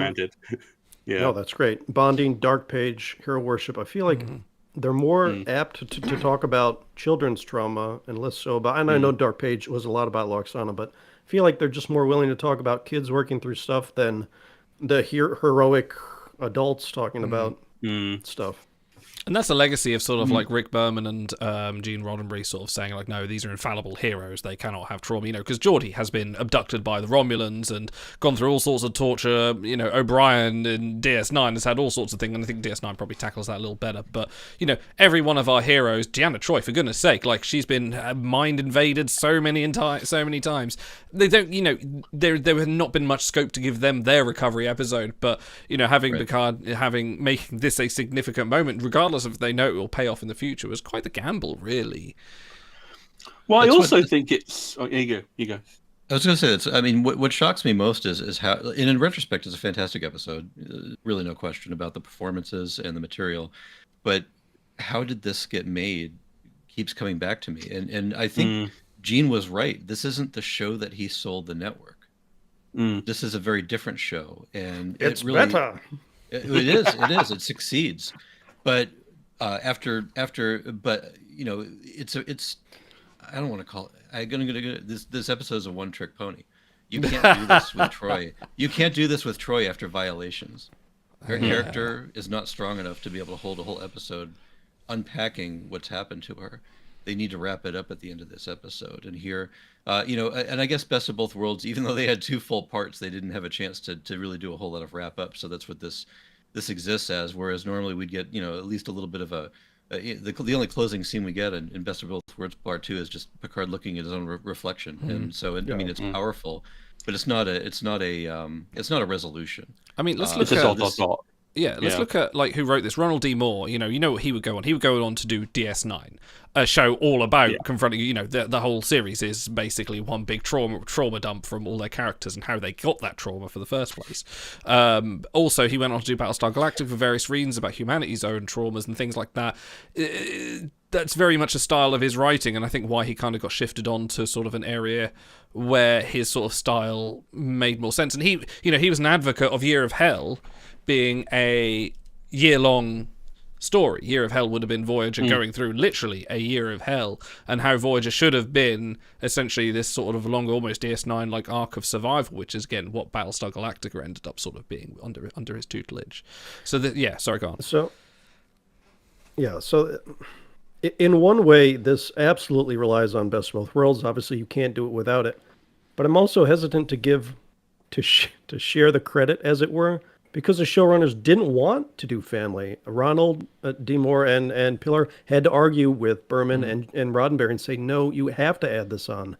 So it's a weird relationship because it needs it, but I feel like it does stand on its own in a way. Like it deserves the credit for taking this risk because they didn't want to.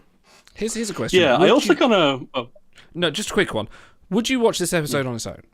Like, you know, with TNG, you know, one of my comfort things I used to do in university in like times is like, right, TNG, DS9, or less DS9, but TNG Voyager, stick it on shuffle, lie in bed, watch whatever comes on. Is this an episode you would take on its own?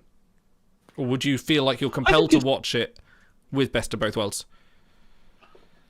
I mean, I wouldn't. I think it works best with that. But the thing is, like, Best of Both Worlds is so iconic, and I can conjure the feelings that it kind of evokes in me so much. If I would say on a shuffle and it came up, like if it had been on a shuffle when we were in Blackpool, for example, I would absolutely have sat down and watched it because it's like the feeling that I get at the very end of it hits the same, regardless of whether or not I've just watched. I watched Best of Both Worlds last week, or whatever. Guess what? It still hit as if I had just watched it, because I can bring those feelings into my mind very easily.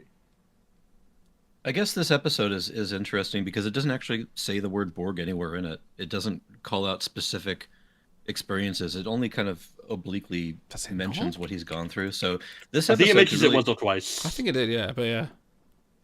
It's okay, I have a script sheet, I can check. Okay, all right. Carry on. But the yeah, I guess the point is that this could be referring to any of his traumas, and Picard's gone through some stuff. So, yeah. but that's the payoff of them having developed his character so strongly, is that we can watch this episode and feel along with him and just see his response to the situation and empathize. What do you got, Idle? Any hits? I just think it's like strength of the writing is that you can at least, and strength of Patrick Stewart's sort of acting is that you can sort of like, it's like watching a daytime soap. If someone's watching in the next room, you just sit down because you're there and you're like, oh, I can follow along because they made enough of a point to go, oh, he's having a trauma, he's having to deal with it. And the strength of acting of Patrick Stewart, and sorry, I forget his name, Robert's actor. Jeremy Kemp. Jeremy Kemp, yeah, is that you feel the animosity, you feel there's something there, and you pick up the pieces through emotional cues if you don't know the direct context. Are there any zombie fans here? I'm curious because the Borg are ostensibly yeah, sure, techno zombies, right? They only exist to get reactions out of the crew and to further a plot. So a question for you is that in drop a sick beat, Idle.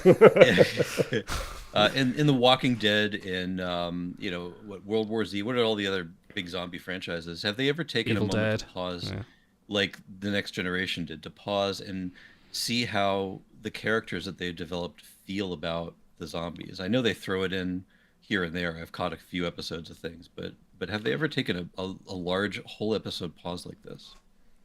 My biggest zombie exposure is into Resident Evil, and in the original games, not so much, but in modern remakes and the more modern games, there's a good amount of time dedicated to the emotional fallout, especially because Resident Evil as a setting has existed for 30 in-game years, and a lot of those people have been fighting that fight for 30 years, and they start to feel the weight of, I've lost a lot of people, I'm the last survivor, like the whole deal, like survivor's guilt and like all of that.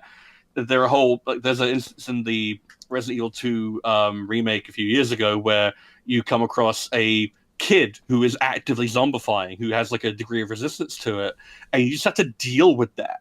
And you see the characters just like struggle with that. But I think that like Walking Dead, especially like from what I know of it through my partner, there is a good amount of time spent to the emotional fallout and just the slow breaking of the human spirit in the face of a utterly inhuman enemy. But your mileage will vary. Yeah, I think for franchises specifically that are based around that kind of thing, they're even less likely to take that risk because they're going to turn off a bigger part of their fan base. I always think about the episode Fly from Breaking Bad, which is rated like 2 points lower than everything else because it's just a little like episode, yeah. It's it's a little bottle episode. It's a little. I can't even call it a character piece because not much actually happens. I mean, there's some development, but so yeah, you run that big risk. Isla, you asked, would I watch this on its own? And this is sort of a meta thing, but when I think like I'm looking through my ratings at some point, and the episodes I rated 10, my kind of one of my thresholds is, all right, what could I watch this on repeat over and over and over and never get bored? And if the answer is no, then it's not a 10, because 10 is perfection. This is an episode, not only can I watch in isolation, I can watch it over and over and never get bored and find something new every time. And if I could transition... Just keep getting funnier. Yeah. Yeah. Well, That's part of it. Yeah. Please. There you go. I was going to say, like, I wanted to pick on something that you mentioned, Dan, which is that this is not the show that Gene Roddenberry sold the network. And I think that's to a degree true. This is not TOS. This is not TNG season 1 or 2. But at the same time, what was the season 3 opener? Oh, yeah, it was called Evolution. And I think there's just like a degree where you have to kind of ask yourself, okay, TNG season 1 has such a 1987 way of approaching trauma and like how like mental health, and that we'll put a counselor on the bridge, but she's going to have a tatters out. We're going to have a security chief who has a background in sexual assault, but we're not going to actually develop it. We're going to have that kind of just like, we have perfect humans here, but we're also going to have, failed colonies and all that. Like the inherent contradiction of terms there of just not thinking about these things. And you get to this point where like you've been going for how many episodes it would have been by now? Like 26, like 60, 70, yeah. Yeah, 60, 70 episodes. At a certain point, you have to acknowledge that contradiction and kind of go, well, is this a world in which trauma exists or not? And I think the answer eventually has to be yes, because you can't really have any kind of show exist for a certain amount of time without any kind of acknowledgement of trauma. And even TOS like acknowledges trauma with like episodes like Obsession, even though it doesn't tackle it with nearly as much nuance. I mean, it still has a hold on Kirk there, obviously, but. Yeah, maybe it's not the Star Trek that Gene Roddenberry created, but okay, it was going to have to evolve eventually, wasn't it? Yeah. If you ask yourself, what does Star Trek start to look like if you don't bother evolving it? Well, I don't know, maybe you get Gene Roddenberry's Andromeda. Isn't that a great show? Listen, if you want to get your daytime TV-obsessed grandmother into Star Trek, this is the episode. Oh, I don't know. I think that there's a degree of truth to that, but maybe that just speaks to the universal truth of it and how much it would resonate with someone. Like, you talk, like, Idle, about episodes that you could show someone, like show Louisa, that would get her into Star Trek. I mean, this wouldn't get her in, but she would recognize the theming immediately. And if science fiction is in itself an exploration of humanity and of universal themes, surely then it qualifies. And if they make a series called Call the Midwolf, then she's in. If we're talking about Roddenberry's, Roddenberry's Star Trek, his writing credits include Mud's Women, Charlie X, Turnabout Intruder, The Omega Glory. It's like, oh yeah, this is real Star Trek. It's like, is that what? Well, this is the like. This If is it's going to be real question, Star Trek, then maybe I don't want real Star Trek. Like, come on. Yeah. All right, to transition a little bit, part of the reason I can watch this over and over again is like, oh my God, you are so insistent. Like Worf at the window, when I look through the 10 forward viewing window of my memory, I actually don't look at the Picard stuff. I look at the Worf stuff. The Rozhenkos are so goddamn cute. Worf is cute in this episode. There's this line, I forget which one of his parents gives. Worf would never eat any human food growing up. God, I love that line. I'm an immigrant. When I returned from Germany, first thing I did was look for restaurants nearby, groceries nearby, where I could have the food that I. Sorry. Got to get your spatial. Yep. Mm-hmm. Yeah. It's that kind of episode for me. So, sorry. If I was covered in mud, this would be better. Not good enough. You're better. So, it's that storyline is very good. Even Geordi, who's very cute in this episode, I noticed last time I watched it, when Sergei approaches him and asks, "Can I talk to you about my son?" Geordi's very open and earnest about that. And I thought about Relics, where Scotty was just in the way and he was annoyed with him. And it's like, You got two engineers here, very different, and that just speaks, to the kind of person he is. But they show up to tuck Worf in.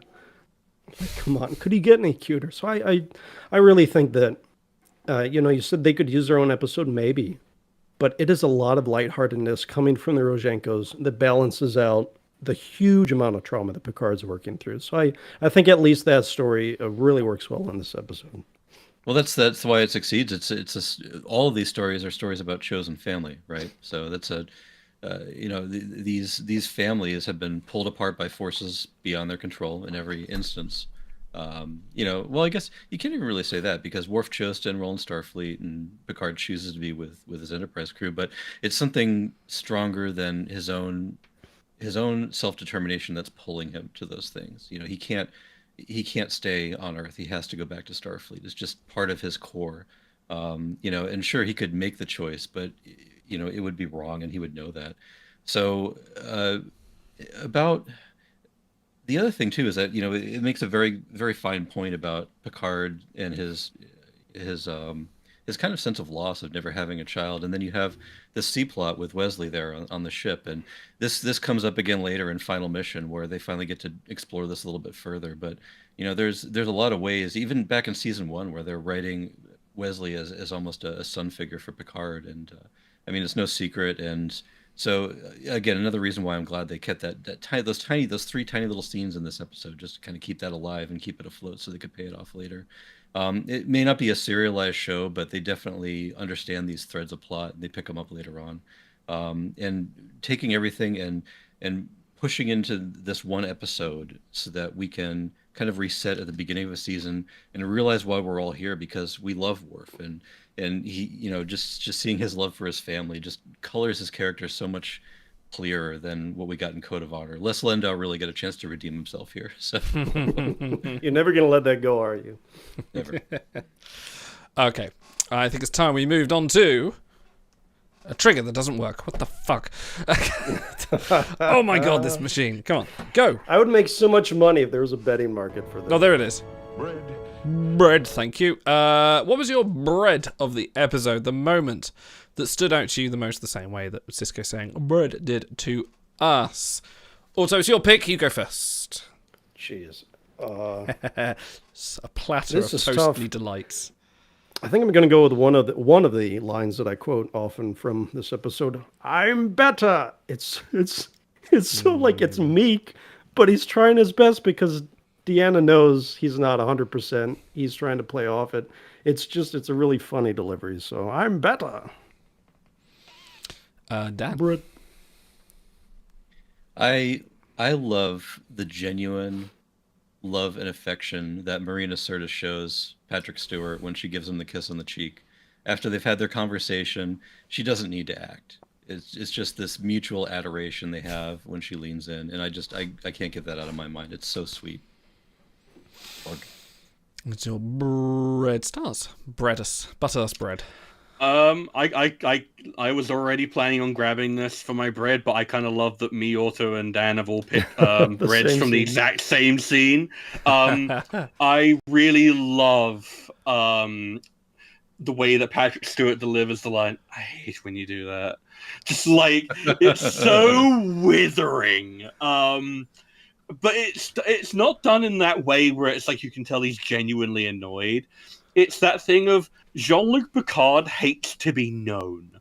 He hates it when you know what he's doing and he's erecting these walls and you're just kind of casually peeking over them like, "Hey, how you doing over there?" And he's like, "Fucking leave me to my illusions," Yeah. It's such a good scene. And I honestly think that this might be one of Deanna's best showings, actually, when you think about it, in terms of just very slowly unraveling things for other people and letting them come to their own answers, but just being an open, warm space. She's very empathetic in this episode. I will say, so she's got that big scene, of course, and then she's involved with the C plot. Yeah. I know they were tight on time. They probably couldn't even do a C fully anyways, but if they would have involved her somehow in Worf as well, it just would have been nice for her to get the trifecta, I think. Exactly, yeah. My bread was going to be something else, but since you guys have picked from the same scene, I'm going to have to just not be the outsider here, and my bread is going to be where you see the boom mic and the reflection of the panel that I pick. Just so we can just keep it there, yeah. But you just want to be included, don't you, Idol? Oh, I'm so left out of this one. No, I'm not. No, actually, no. My real bread is definitely Picard and his brother sitting mud covered, singing French songs, and then turning around like two little boys, just going, "Oh, nothing happened. We're fine. Everything's fine." Were you fighting? I found that very, very adorable. Okay, this is going to be a tricky one. The best advice I can give you is to just be yourself. You're the worst thing that ever happened to Zek. You're the worst thing that ever happened to me. Actually, that's the second best piece of advice. In fact, you're the worst thing that ever happened to the entire Ferengi Alliance. No. Just stop saying that. Do you know what I love about that edit I've done? Is that his no is still in tune, and I haven't tuned it. It's still perfectly in the right position. Okay, best or worst of the episode. We'll go snake order back. So I'll start. I'll start with my worst. My worst is going to be the lack of time spent with Wesley in this, which is an odd thing to say for a lot of people, but like Wesley deserved more. With his... Is that Dan? Over there? Who's talking? Wesley deserved more attention deserved to this plot, because this is his father. And we got two scenes, essentially, with it. You mentioned the first mission. I forget who mentioned it earlier. That's where that should have been in the plot. It should have been dealing with Picard, the loss over his father being murdered on his... Well, not murdered, sorry. Dying on his watch. Inappropriate words there, I apologise. And, you know, it was just one scene, and it was okay. It was nice, but it didn't get the time it deserved. My best is going to be the big walk and talk at the end. Basically, one, and I'd never noticed it until before today, but yeah, one shot, starting from inside the house, walking out, going through the lush orchid-filled gardens, and sort of resolving with a big old punch in the face. But there's so much there, and it's a great shot. It's all like children a minute. Long, unbroken shot. Yes, it was quite hypnotic. Yeah, so I'll do that. Who was next? Is it Stars? I think it was Stars, wasn't it? It should be next. There's so much to choose from, at least in the best. Okay, you know what? Actually, I'm going to go for my worst first, because I need to get out of the way. I don't like Miles kind of coming along with the women line. Like I mentioned, it's kind of just how Miles O'Brien is, like especially in his interactions with Keiko and DS9, that tendency crops up because he's the everyman, so of course he's got to hate his wife. But yeah, like it just kind of was a bit of a clunker. Like in a episode all about like warm fuzzies and dealing with stuff, it's like, okay, we're just gonna leave that there. Best moment. Oh God. I'm just gonna be a basic male image, and I'm gonna just say like Picard breaking down in the mud. It's incredible. It's the sheer naturalistic way that he goes from the laughter into the tears. The break in his voice, like you mentioned, it's the second time that he cries in as many episodes. But this is such a different context. That first one is a silent scream for help. This is raw and broken in just a really ugly way. And I appreciate when actors just go, no, I'm going to cry like I'm dying inside. I'm not going to make it a pretty Hollywood cry. This is going to be anguish and pain. And because that's exactly what the scene calls for. If you had anything cleaner than that, like you literally covered in mud, it would completely betray the emotional intensity of the sequence. And I all fucking like credit to Jeremy Kemp, like he plays that scene to a actual perfection. It's not often that you can be in a scene with Patrick Stewart where he's giving it 300% and you're matching him every beat. It's incredible. So that's my best and worst. If just like blindfolded, if you were to ask me to pick who are the 2 Academy Award nominees, he would be probably my first pick. Thought for sure that's who you're referring to until I looked him up. You're right on it. Dan. So my best and worst are going to be the exact same moment. So and I'll explain. So the worst moment was when Wesley is in front of his dad, and his dad is kind of delivering matter-of-factly, and understandably so, just, the news of the day, expecting this is going to be one of many tapes. But it just, without any sort of real connection there, either between Jack and Wesley, or maybe his mom or Troy walks in to, console him or something like that. There's something very strange about the scene and missing. The strengths of both actors, Will Wheaton and whoever, the nobody that did Jack Crusher, he never went on to do anything, by the way. Jared Watson. But being completely in the empty holodeck, the season one, the season one holodeck with just lines, they are not strong enough to carry it, and that's what really brings me down. But the reason why it's, go ahead, Otto, you got something? I'm sure I'm reading into it. I felt like that kind of just amplified the loneliness that he felt that he doesn't have, because it's so stark. It kind of did something for me, but I understand. Yeah. So the reason why it's the best moment is a personal one, and this is what crystallized my empathy for the Wesley character. When I was a kid, my dad, when I was, I think, 4 years old, got recalled back over to Germany. He was in the army. And so I was without my father, and the way that he kept communication with my family is he would record audio tapes, send them in the mail, and they would come initially every couple of weeks or so, and then less so over time. And we would send them back. We would, my mom would set up the tape recorder, and she would talk for a while, and then bring me on to say something to Daddy, and we'd send them off, and we'd exchange them. And we still have those tapes; they're still around somewhere. Oh, wow. I probably should look into preserving them somehow, but it was an important part to my childhood was just kind of knowing that there was still some sort of connection and somebody that loved me even though they weren't physically with me. Realizing, sitting here recording myself talking about something that I love, I realized that this is going to be something of my legacy too. If for some reason beyond my control I'm ever pulled away from my family one day, hopefully some part of me will remain. So best and worst for me. I also want to piggyback for a moment. I really love the camera shot over Jack's shoulder that makes it clear he's still a little bit taller than Wesley. I don't know, there's just something very, very cool about that shot that's also just a little bit sad. Because I think most boys think about being taller than their father, I think. But, yeah. You have your mother's height. Otto. It's funny you say that, because when I was thinking this week about, is this sci-fi, is this Star Trek? You're right. That is just a letter home plot. And you could interpret Picard's plot. They took away my humanity, used me to kill and destroy. You could also interpret that as a war plot. You're a cog in a machine. And then, of course, embarrassed by your parents. That's not exactly hard-hitting sci-fi. And I thought, well, what makes this the most sci-fi? And it's actually, I feel, the scene at the end where Renee's sitting there staring up at the stars in wonder. And it's like, it is a meta, but it's like, that's the kind of thing you should be evoking in your readers and your viewers of sci-fi. And I like that it is a little cheesy with the shooting star. I like that that's how they... The more you know. Tie it all together. It's actually the EDF. My worst moment... That's good.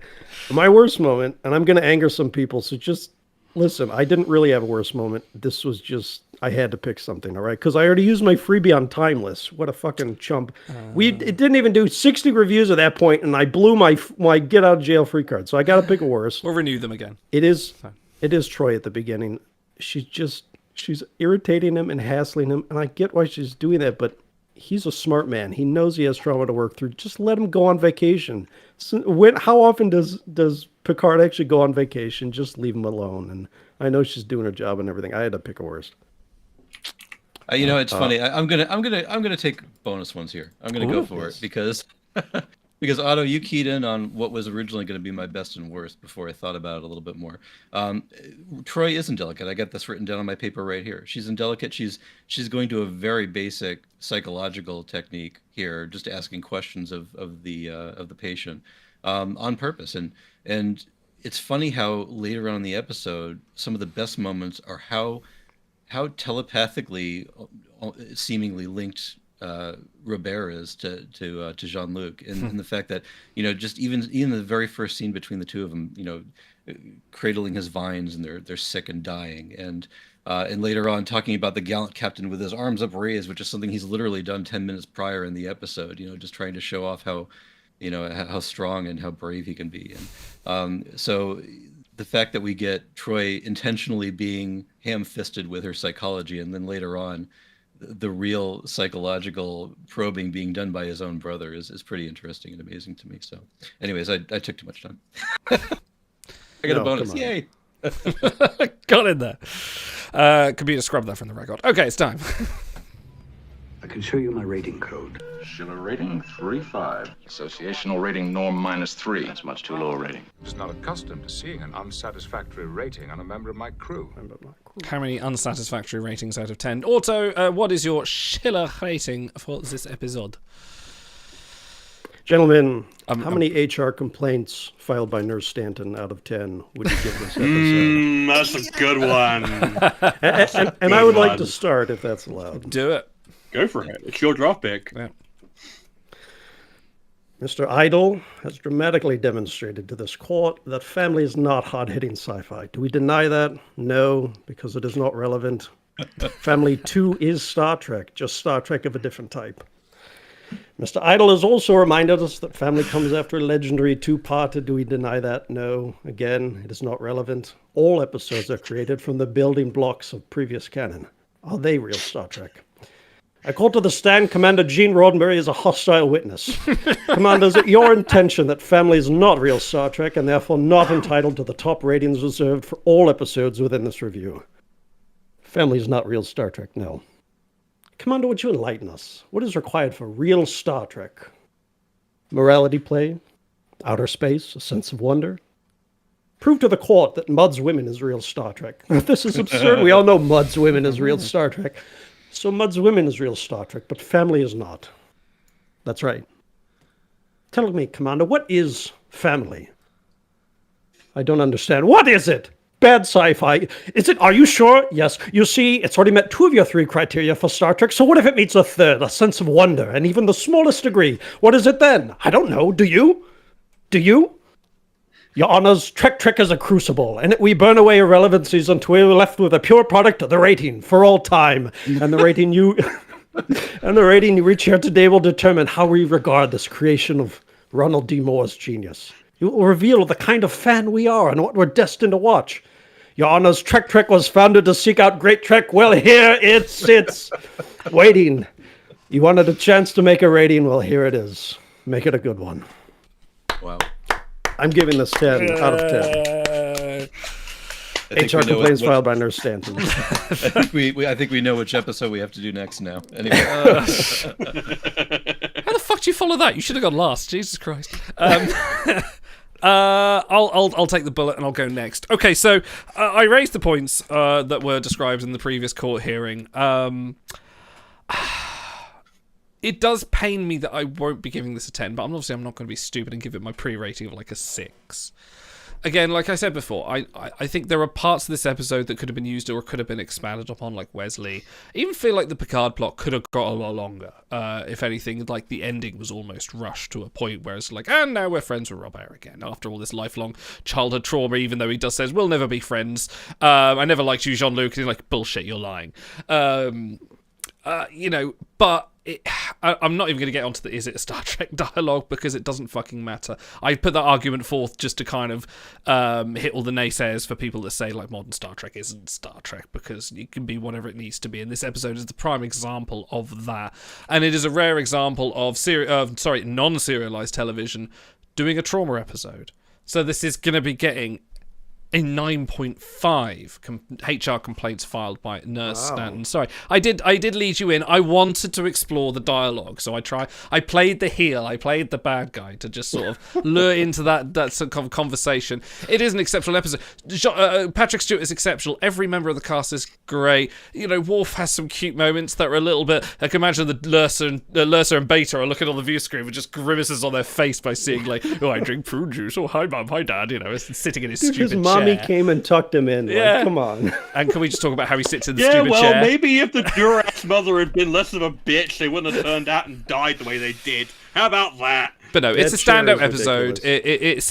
It sets the sort of tone for things that would happen with Ronald D. Moore's writing coming on. It sets the stage for I, Borg, for a lot of what happens in Voyager with Emissary, with even Picard season 1, 2, and 3, with all the Borg stuff that are in there. So no, it's a very, very important episode with very few faults, even if sometimes it is a little daytime TV. But I'll excuse it because fuck it, it's Patrick Stewart. Dan. What was your number rating, by the way? 9.5. 9.5, okay, all right. Well, in response to your eloquent argument, Automaton 2000, pursuant to paragraph 1290, I hereby formally request third-party arbitration of our dispute. I have the right. How about the Furthermore, Grisellas? pursuant to subsection D3, I name Danjevin to arbitrate. Oh, we got to wait 5 weeks before we can Unfortunately, conclude. Danjevin's in his hibernation cycle right now. Yes, yes. Oh. This episode makes me feel like a part of the Trek family. The way that I feel along with the characters. It's like very few other episodes beforehand. We get little twinges of it and stings and some final scenes that are nice and feel good. But this really, truly moved me and still moves me to this day. And it's a 10. It's a 10. Shit, what's the rating? Nurses chased around the sick bay by Sergei out of 10. No, not Sergei. He's a saint. It was that's right. O'Brien's dad. That's right. Stars. Finish All right, off. I'm afraid I don't really have a TNG quote to pull on. I was thinking that I could maybe do the bit from the end of Emergence and say the intelligence that was formed here on Trek Time didn't just come out of our rating systems. It came from us, from our mission records, personal logs, holodeck programs, our fantasies, our wishes and dreams. Now, if our experiences on Trek Time have been honorable, can't we trust that some of those experiences will be the same? That's a good Gentlemen, if I want to give this an honest and honorable rating code, it can be nothing less than 10 out of 10 HR complaints filed by Nurse Stanton. I was just struck by an immense sense of warmth by the end of the episode. I just felt embraced and comfortable and fulfilled. It's not something I can say about the majority of Trek. It's one of those special episodes that really touches you as a human being and says, this is what it means to be part of the human family. I think that I get that a lot more than some of the other things that Star Trek has produced. And despite their ambitions, I think there are entire series that went by without ever hitting an emotional high point quite like this. It has to be a 10. It's perfect. I would not change it for the world for fear of diluting what it is. Even Worf's chair? That chair is amazing. That little primp he does. Come on. Look, if I ever win the lottery stars, I'm going to ship you 3 copies of that fucking chair for every room in your house. I'll just put it up on Trek Time in the chair. I don't think it's the chair that's the problem. It's the discomfort chair, the opposite yeah, of comfort. Pokes him when he sits in it, I guess. I think it's just the fact that he just sits Wolf there. would be into that. He goes, right, time to sit on my chair like a fucking parrot. It's just like, He's right, it's time to go on thinking my the sweet perch. thoughts of youth. Look, he's a very deep man, all right. It's true. A lot of deep thoughts going in that tiny Klingon mind of his.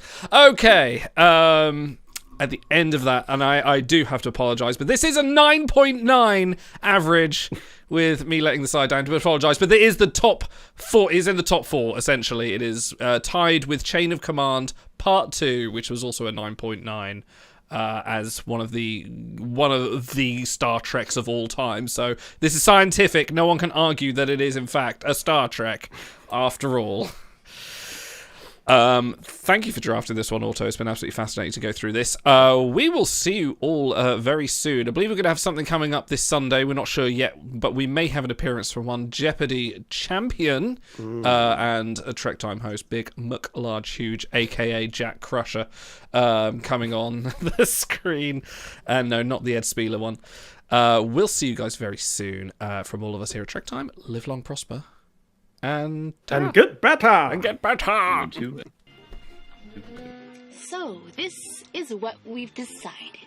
Lisa gets you Tuesdays and Fridays. I get you Mondays and Thursdays. We, alternate Wednesdays and weekends. Hold on, I don't think I'm old enough to hear this kind of thing. Ladies, good day. Romano, good luck. You can return my car in the morning. If you can still drive, I'm taking the bus.